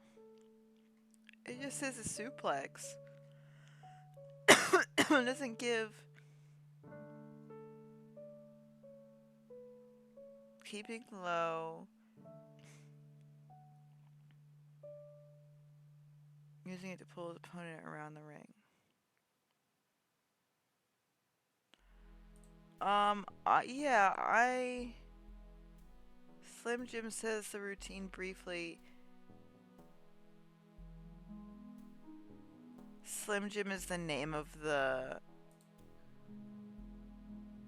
skeleton. Okay, I just thought. Okay.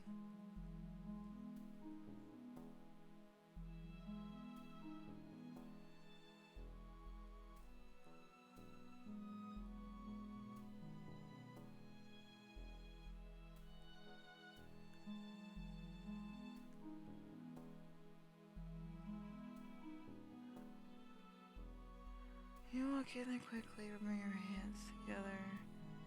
Don't worry, I did see that you said that you think it's sweep the leg. I just would like to have um all of it.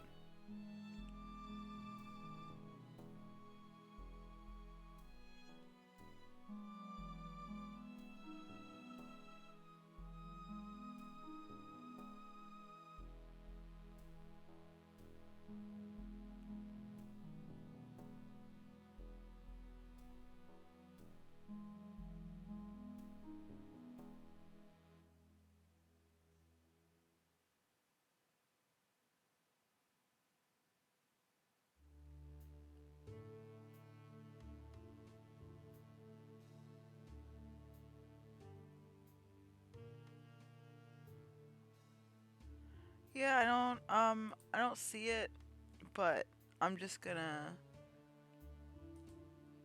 do the legs as you say. Excuse me. And we'll see how it goes. Your person shaped any skeleton shape he suspected you would go for brute force, but you're smarter than that. Fuck!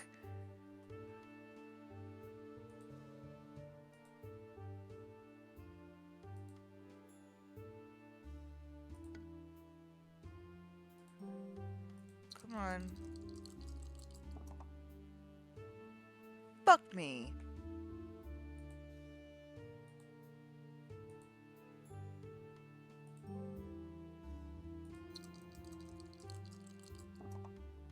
Eat my shooting hair, nat 10. You move slowly, flexing your arms subtly as you go. You act as if you are moving with the weight of the world upon your back.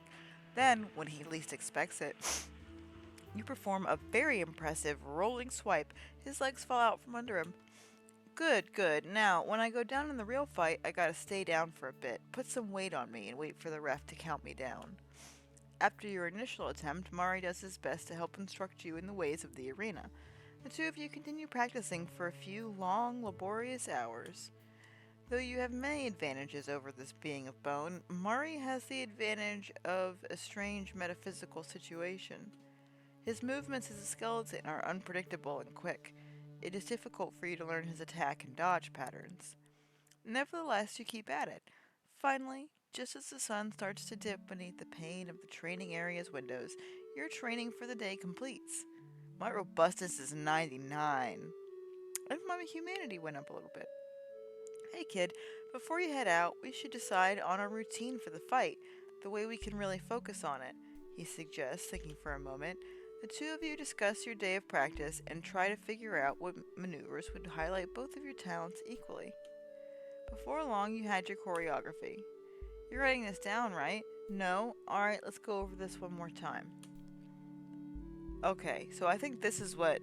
I think the first one was just to see... if we could roll, and this is what you were talking about, and then I just wasn't that far yet.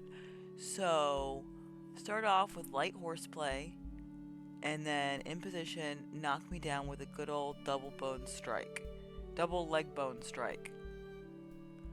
Horseplay, double leg bone strike. And then after that, I'll come your way, so get ready for my flying clothesline. He doesn't weigh anything. He's not going to have the most effective clothesline, is all I'm saying.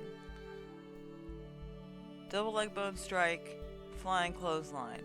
Maybe I should write this down. Okay, we've been playing for almost 2 hours. We're gonna go to the BRB screen real quick, and I'm gonna take unnecessary biological break, and I'm gonna get a pen, um, and I'll be, you know, right the hell back. Okay? So, y'all give me just 1 second. I'll be right back.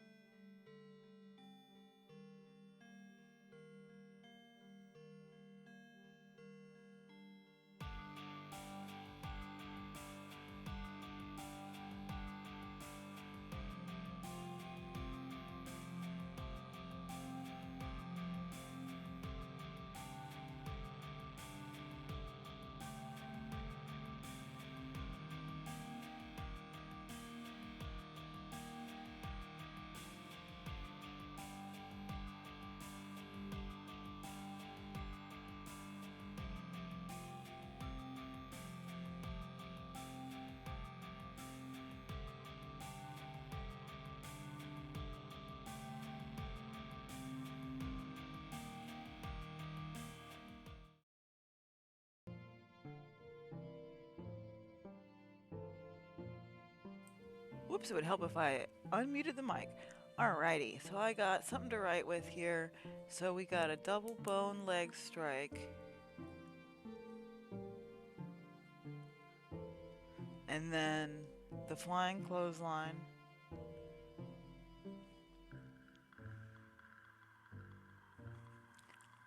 We're booking the match, brother.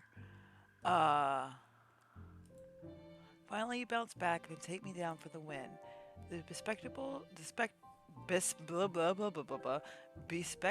director.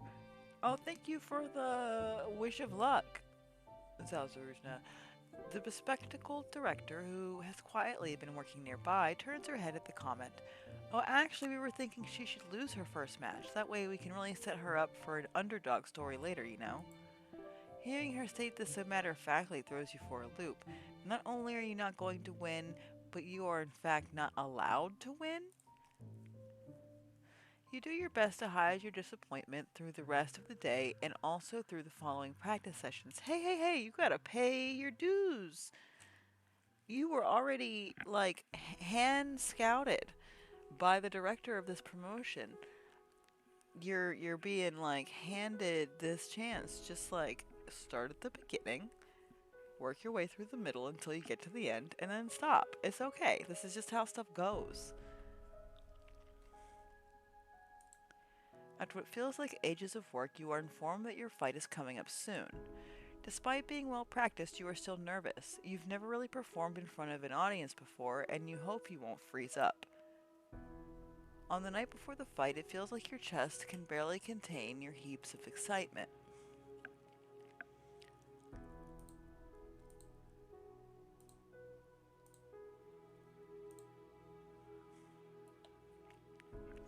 You practically run to the building, ignoring the falling snow. When you get there, it's still early. Crowds have not formed yet, and the merchandise sellers are still getting set up. You wonder if they would ever make a doll based on you. Oh, you want your own fig? Hell yeah.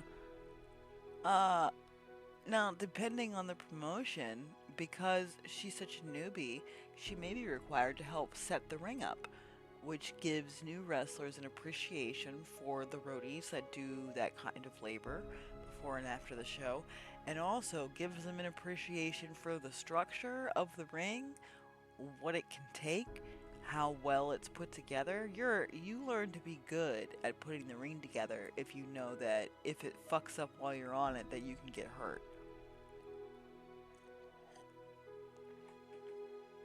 Respect the ring, respect the roadies.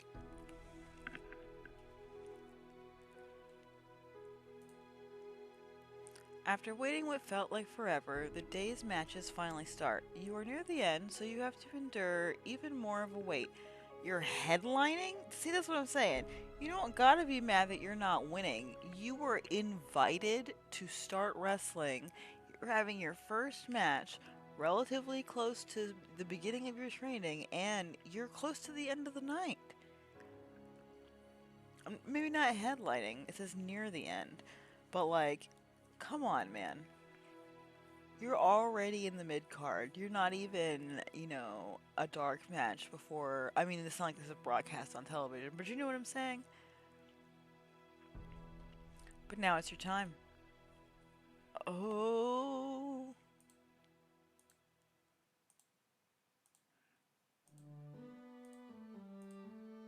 You stand before your partner, crowd cheering and lights blazing, but this time it's all focused on you. A little black mask covers your eyes, giving you an enigmatic look. Circling the ring, you revel in the tumult. An announcer yells indistinctly, working up the already fervent crowd.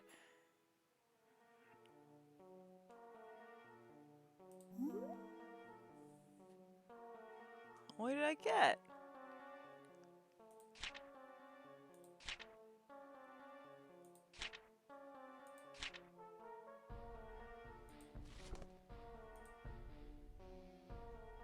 Oh, it's his entrance music. Okay.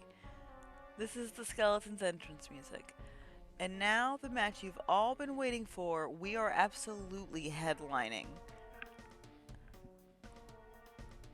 Fucking unbelievable. This is our first match and we're headlining. Like, we're jobbing out to him, but still.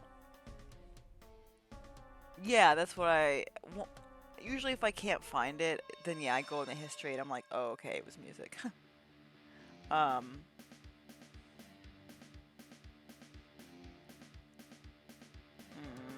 One of my false nails is loose. Okay, and now the match you've all been waiting for. You know him, you hate him. Let's hear it for the villainous Slim Jim.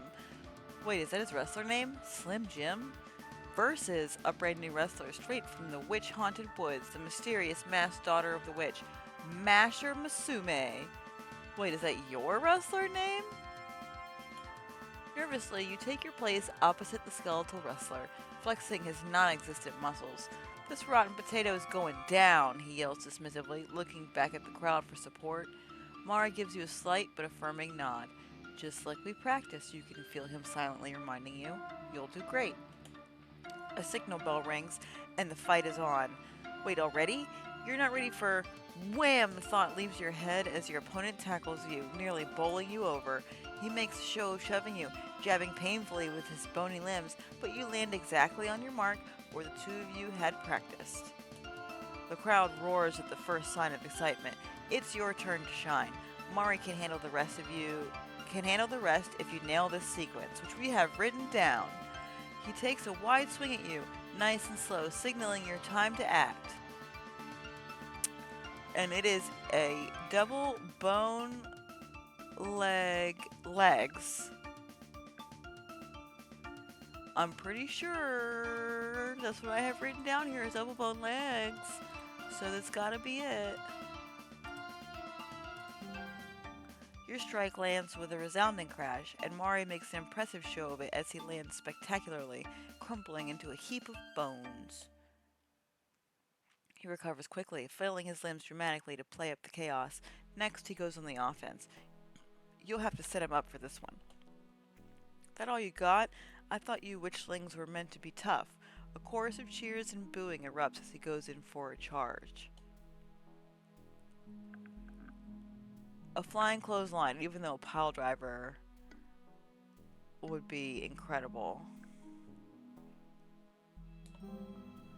You faint, getting ready to catch him as he leaps toward you. The crowd screams in fervor, and he performs the move beautifully. Your head spins, but thankfully it doesn't hurt.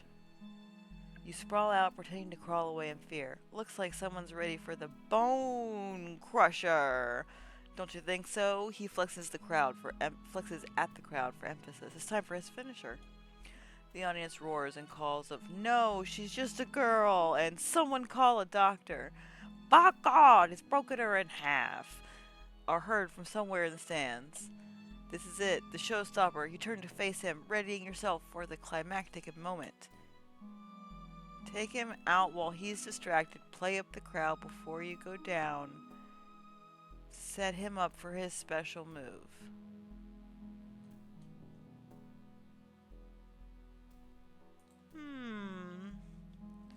I actually want to double check. I know I'm not going to go at him. Because, you know, I'm still paying my dues, brother.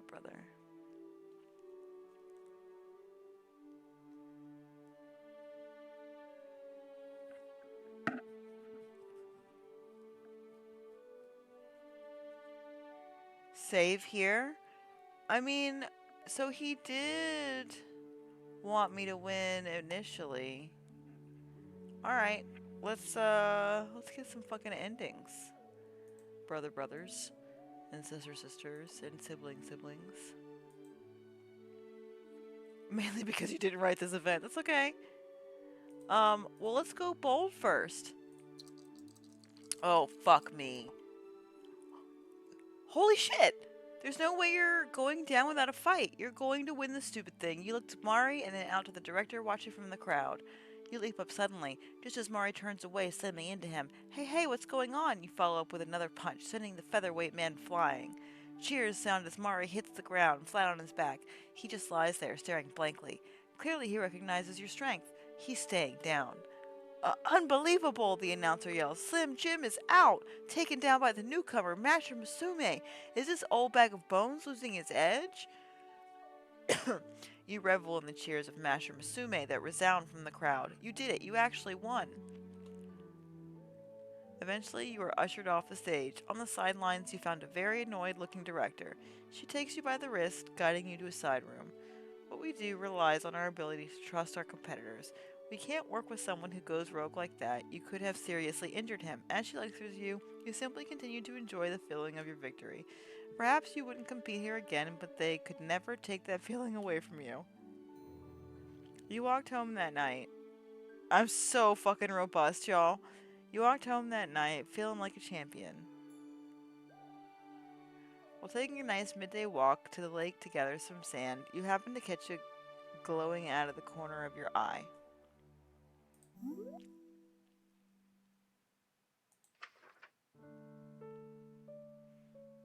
A winner, Victorians once, and blacklisted.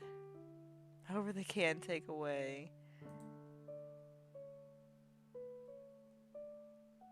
What?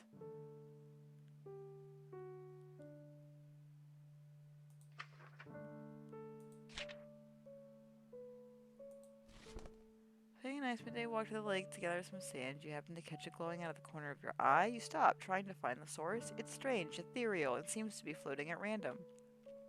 Some part of you feels like you know what it is. A fairy. Fairies are a rare creature. Fairies are a rare creature, worth far more.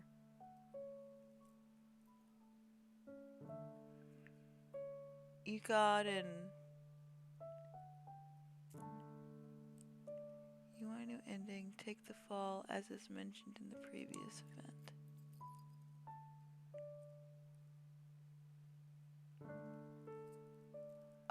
Then I'll just come back to that decision. Oh, an achievement, not an ending.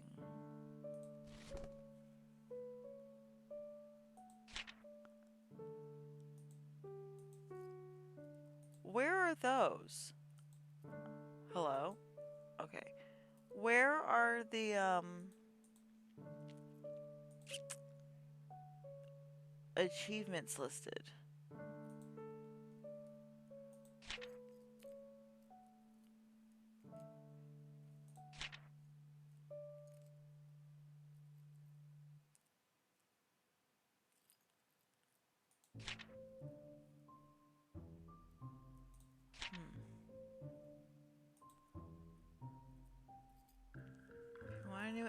take the fall. Well, yeah, then I'll have to come back to it because I would like to see more of this. Okay, rare creature worth more than their weight in gold, but you have little interest in gold. Your time in the human world has taught you that much at least. Affairs that involve niceties and human rules are always so boring. You decided to follow the fairy for another reason. Curiosity. You wanted to know more. Some part of you felt a connection with fairies, though you weren't entirely sure why. You kept quiet and low, following the fairy for a while, maybe more than a while. After a long while, something occurred to you. It wasn't getting any darker. Looking around, you realized you were no longer familiar with your surroundings. Trees took on many different colors here, and there were plants you had never seen. Strange critters, too many or too few limbs, and often with wings, passed you idly by with no sense of fear. Achievements will be logged in the Steam release. The dev cycle of this game was weird, so Chivos ended up being a weird afterthought that wasn't able to be organically implemented. Okay. Yeah, that makes total sense. It's alright, I just wasn't sure if I was missing it, basically. Um, Good to know that they're different, because I have occasionally gotten things and been like, well, I don't see that in here. So yeah, I'm gonna run this through to its conclusion, and then we'll go take the fall and see, that ending. And then honestly, we might. I'm gonna get everything I can out of this daughter, but this is gonna be our only daughter for the evening because she's lasted so fucking long. Alright, strange critters, too many or too few limbs, and often with wings, passed you idly by with no sense of fear. Hello? You feel as though perhaps you have finally found your way home. Also, I think your save file bugged. It should have ended with the wrestling bit, but I've never seen this bug before. You feel as though perhaps you finally found your way home. Fairy Realm 1. Okay, well, we left for the fairy world.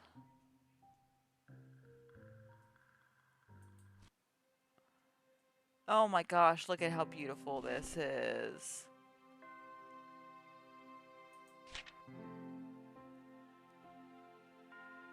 Hey, 89. Fairy Realm 1, there it is. Okay. Let's load that up and take the fall real quick. Play for the crowd before you go down. Set him up for a special move. I mean, if we're gonna have an underdog story, then we want to play up the crowd. Ah, fuck. Hey! Okay, you jump up, brushing off your fake injuries dramatically and turning to Mari with a weary, determined look. This is your last desperate stand, and the crowd cheers, clearly on your side. Where are we at? Okay, so we are, instead of a mushroom, we're accidentally a potato. And also, our recluse parent killed a fairy and fed it to us when we were still a sprout. So we've got this beautiful LSD murder fairy color. And we have become a professional wrestler, which makes me very happy. So yeah, and we're wrestling a living skeleton. Excuse me, I just bumped the microphone. I have hiccups also. We're wrestling a living skeleton. It's our first match, and we're headlining somehow. So we're really trying to, work the crowd. We've just taken a flying clothesline. You jump up, brushing off your fake injuries dramatically, and turn to Okay, whoops. Looks like this one's a fighter, but will she withstand? The announcer is cut off by a raucous cry of dismay from the audience as Slim Jim punches you in the gut. You fall away, crouching on your mark, and Mari pursues, cackling evilly. He leaps after you, sailing through the air in an elegant somersault. It's called a moonsault, but okay. Culminating in a dive right on top of you. The crowd goes wild. He's light as a bundle of sticks, but you go down, slamming into the arena floor with as much force as you can muster. The crowd goes dead silent in a moment of anticipation. And she's down, the announcer yells, prompting an eruption of cheers. Mushroom Musume has been defeated by the scourge of newbies everywhere, Slim Jim. Alternating cries of Slim and Jim sound off through the crowd, but you can hear booing from your new supporters along with them. You really gave them quite a show. Eventually, you are ushered off the stage. On the sidelines, you find a very pleased looking director. Well done. I know it's not easy to lose, but don't worry, the fans haven't had enough of you yet. You'll show them what you're really capable of. Though it seems strange, there is a sparkle in her eyes that you believe. Besides, the whole thing had been pretty fun. After some revelation with your fellow fighters, you finally start on your walk home. It had been a thrill to perform so well in front of the crowd. The next one couldn't possibly come soon enough. Again, we are so freaking robust. So we had an event where we were walking through the town, and the beginning of the event said it was one of the ones where it was like you were in town and you stayed later than you intended, and you see people coming in and out of a door, and you can either rob one of them or go in the building. And I believe I've robbed one of them previously, but this time I went in the building, and it's a wrestling match. And the lady who runs it, the director, likes the way that you look, and she gives you a piece of paper, and on the piece of paper it tells you how to be a wrestler. So that's what I did. I'm so happy that I got to join the like fucking mushroom Joshi as my little potato girl. So it had been a thrill to perform so well in front of the crowd. The next one couldn't possibly come soon enough. In the years that followed, you spent much of your time in that arena. Initially, you lost a match here and there. It was tough, but got easier over time. You began to realize that the audience got much more out of it than just witnessing costume fighters compete. Riz the crowd. It was so many things. It was the thrill of the fight, yes, but it was also a story, a distraction, a bit of justice gifted to those in the audience. You loved every show and the community you had found in the other fighters. One day, the recluse even surprised you by showing up in the audience. They weren't a fan of crowds, but they were proud to see you doing something that you were genuinely good at. Finally, one day, it was your time. After years of hard work, you had won it all. Fans would frequently stop you in the street, asking for your autograph. Did our fame change then?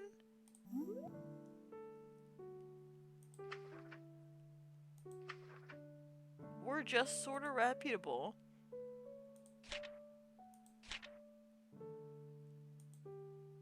Sometimes long-term success relies on short-term cooperation. In the end, you'll be victorious. You've proven yourself in the ring many times. I wish that she had a little belt.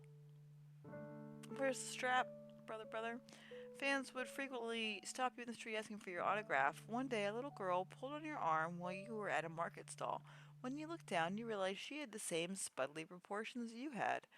Master Musume, wow, you're my favorite. You gave the young girl a big hug and a few words of encouragement.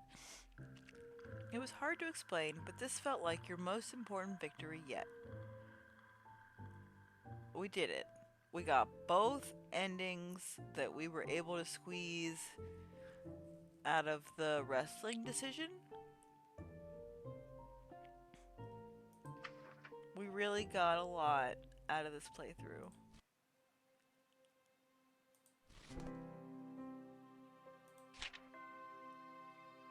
The potato is one of the super rares, it looks like.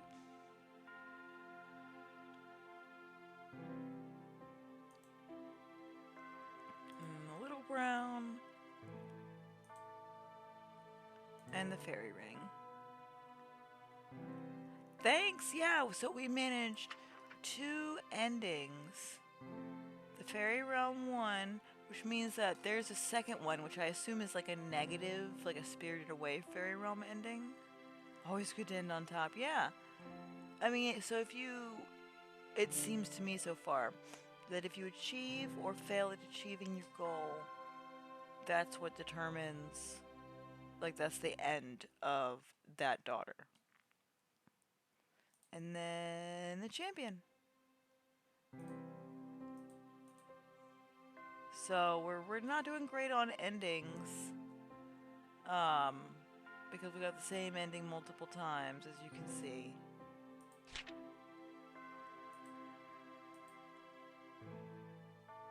Imane ends up being brown, which is fine. We had to do Bisan twice also, because I tried to do different things.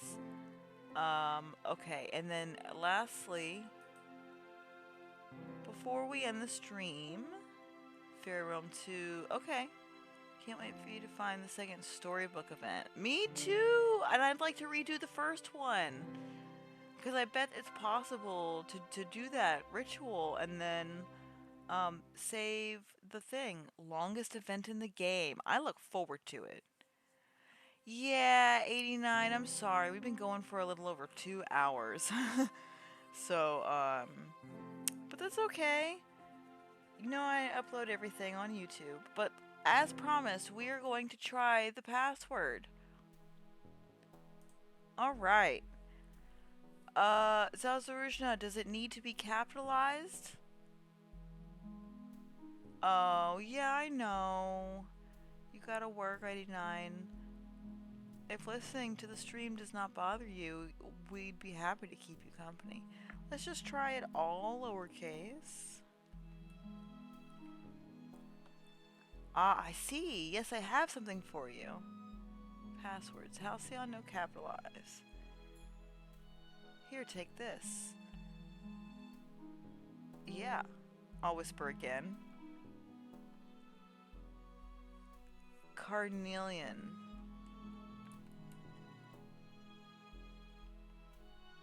Oop. Long nails. Okay. Dope. Let's go look at those. If you've got another one, that's fine, but...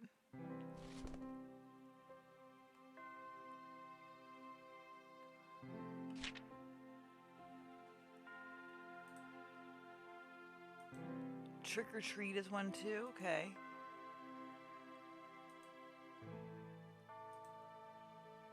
Okay, there's Carnelian. And Halcyon, which I guess... Oh, they're hidden until... Ooh, this is pretty. This is very thematic to the game.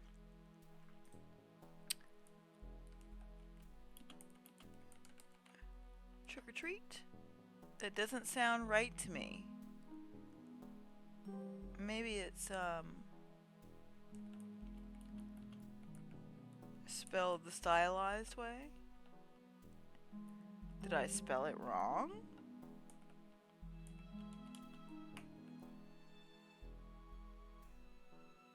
Pride has a clump.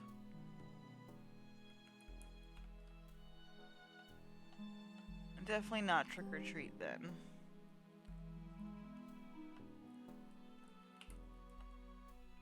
How many ways can one be gay within a 4-color restriction? Let's count. Sapphic, ambitious, encompassing, and ace high. Absent, transient, analog, chaotic, fluid. I guess the answer is 9 then. Kind of a weird question now that I think about it, but enjoy your colors regardless. Holy shit. That was incredible. Let me put in trick or treat and then we're gonna go take a look. Sapphic is obvious, right? Oops. So polite, and what a cute costume you're wearing too. I suppose I do have something to give you, but first tell me, would you rather have a trick or a treat? Ooh! I'm too old to be trick-or-treating. Okay, we're gonna do... Oh, give me a trick. Okay, just a second. Boo. Were you scared? Oh my god, do it again. Oops, is it O?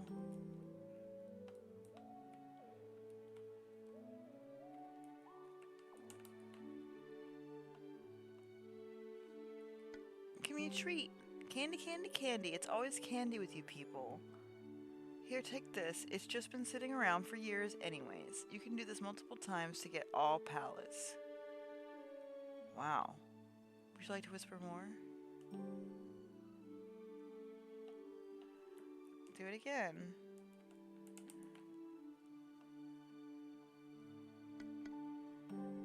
Aren't we all? I guess I can still spare something for someone as ancient as you, though. Maybe this will make you nostalgic for your youth, or at least it won't give you a cavity.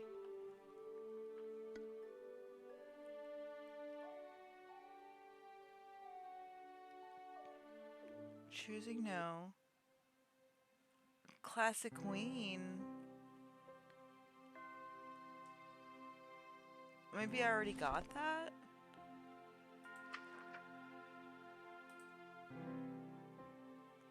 Okay. Get any more of those? The carnelian was the only 14. Ghoulish.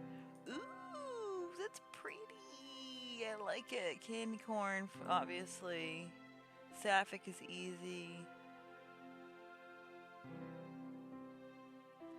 Analog. There we go. Present. Absent.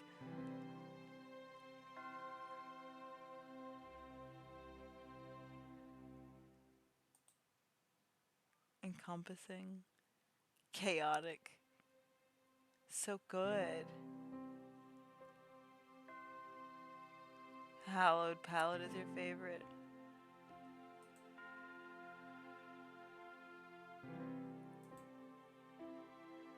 Ooh, that is also so good.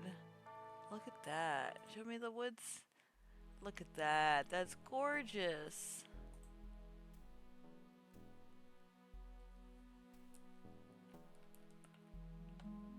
Okay, just curious. Alrighty. We only did one daughter, but we did so much. Zalzurjna, thank you as always for joining us. 89, I'm sorry that spooky candy was the goal. 89, I'm sorry that you were busy for the beginning, and I hope that you don't have trouble watching the VODs. Okay, everybody. So feel free to follow me here on Twitch or on Twitter or on YouTube, all at CommieSpriggan. And I do accept tips.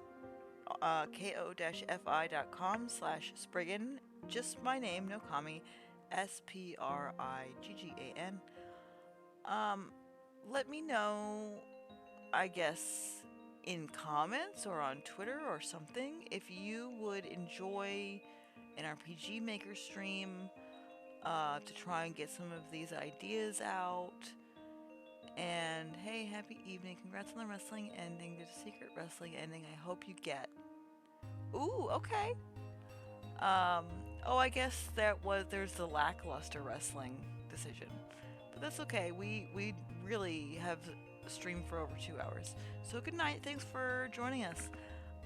Yeah, let me know if you'd like to view the RPG Maker streams. Let me get some of these ideas out, and you can sort of help me, like, provide feedback or whatever. Or watch me learn how to do that. I have so many large outlines. Okay, and also don't forget, the weird, gross, scary Katamari game is coming to a stream at some point soon. We're just gonna keep playing Mushroom Musume until I keel over, I swear to God. It's just so soothing. Anyway, be good to yourselves, be good to each other, protect people that you care about, protect perfect strangers, and protect people who need protecting. Do something nice for someone else this week without expecting anything in return, and also want better for yourself from the people that you love. Yep, that's it. Ooh, excuse me, hiccups all the time, all day, 24/7, since the day I was born. I couldn't sleep. Alright, I'm just babbling now because I'm exhausted. Have a great week, and Yeah, I adore y'all. Good night, cats and kittens. Bye.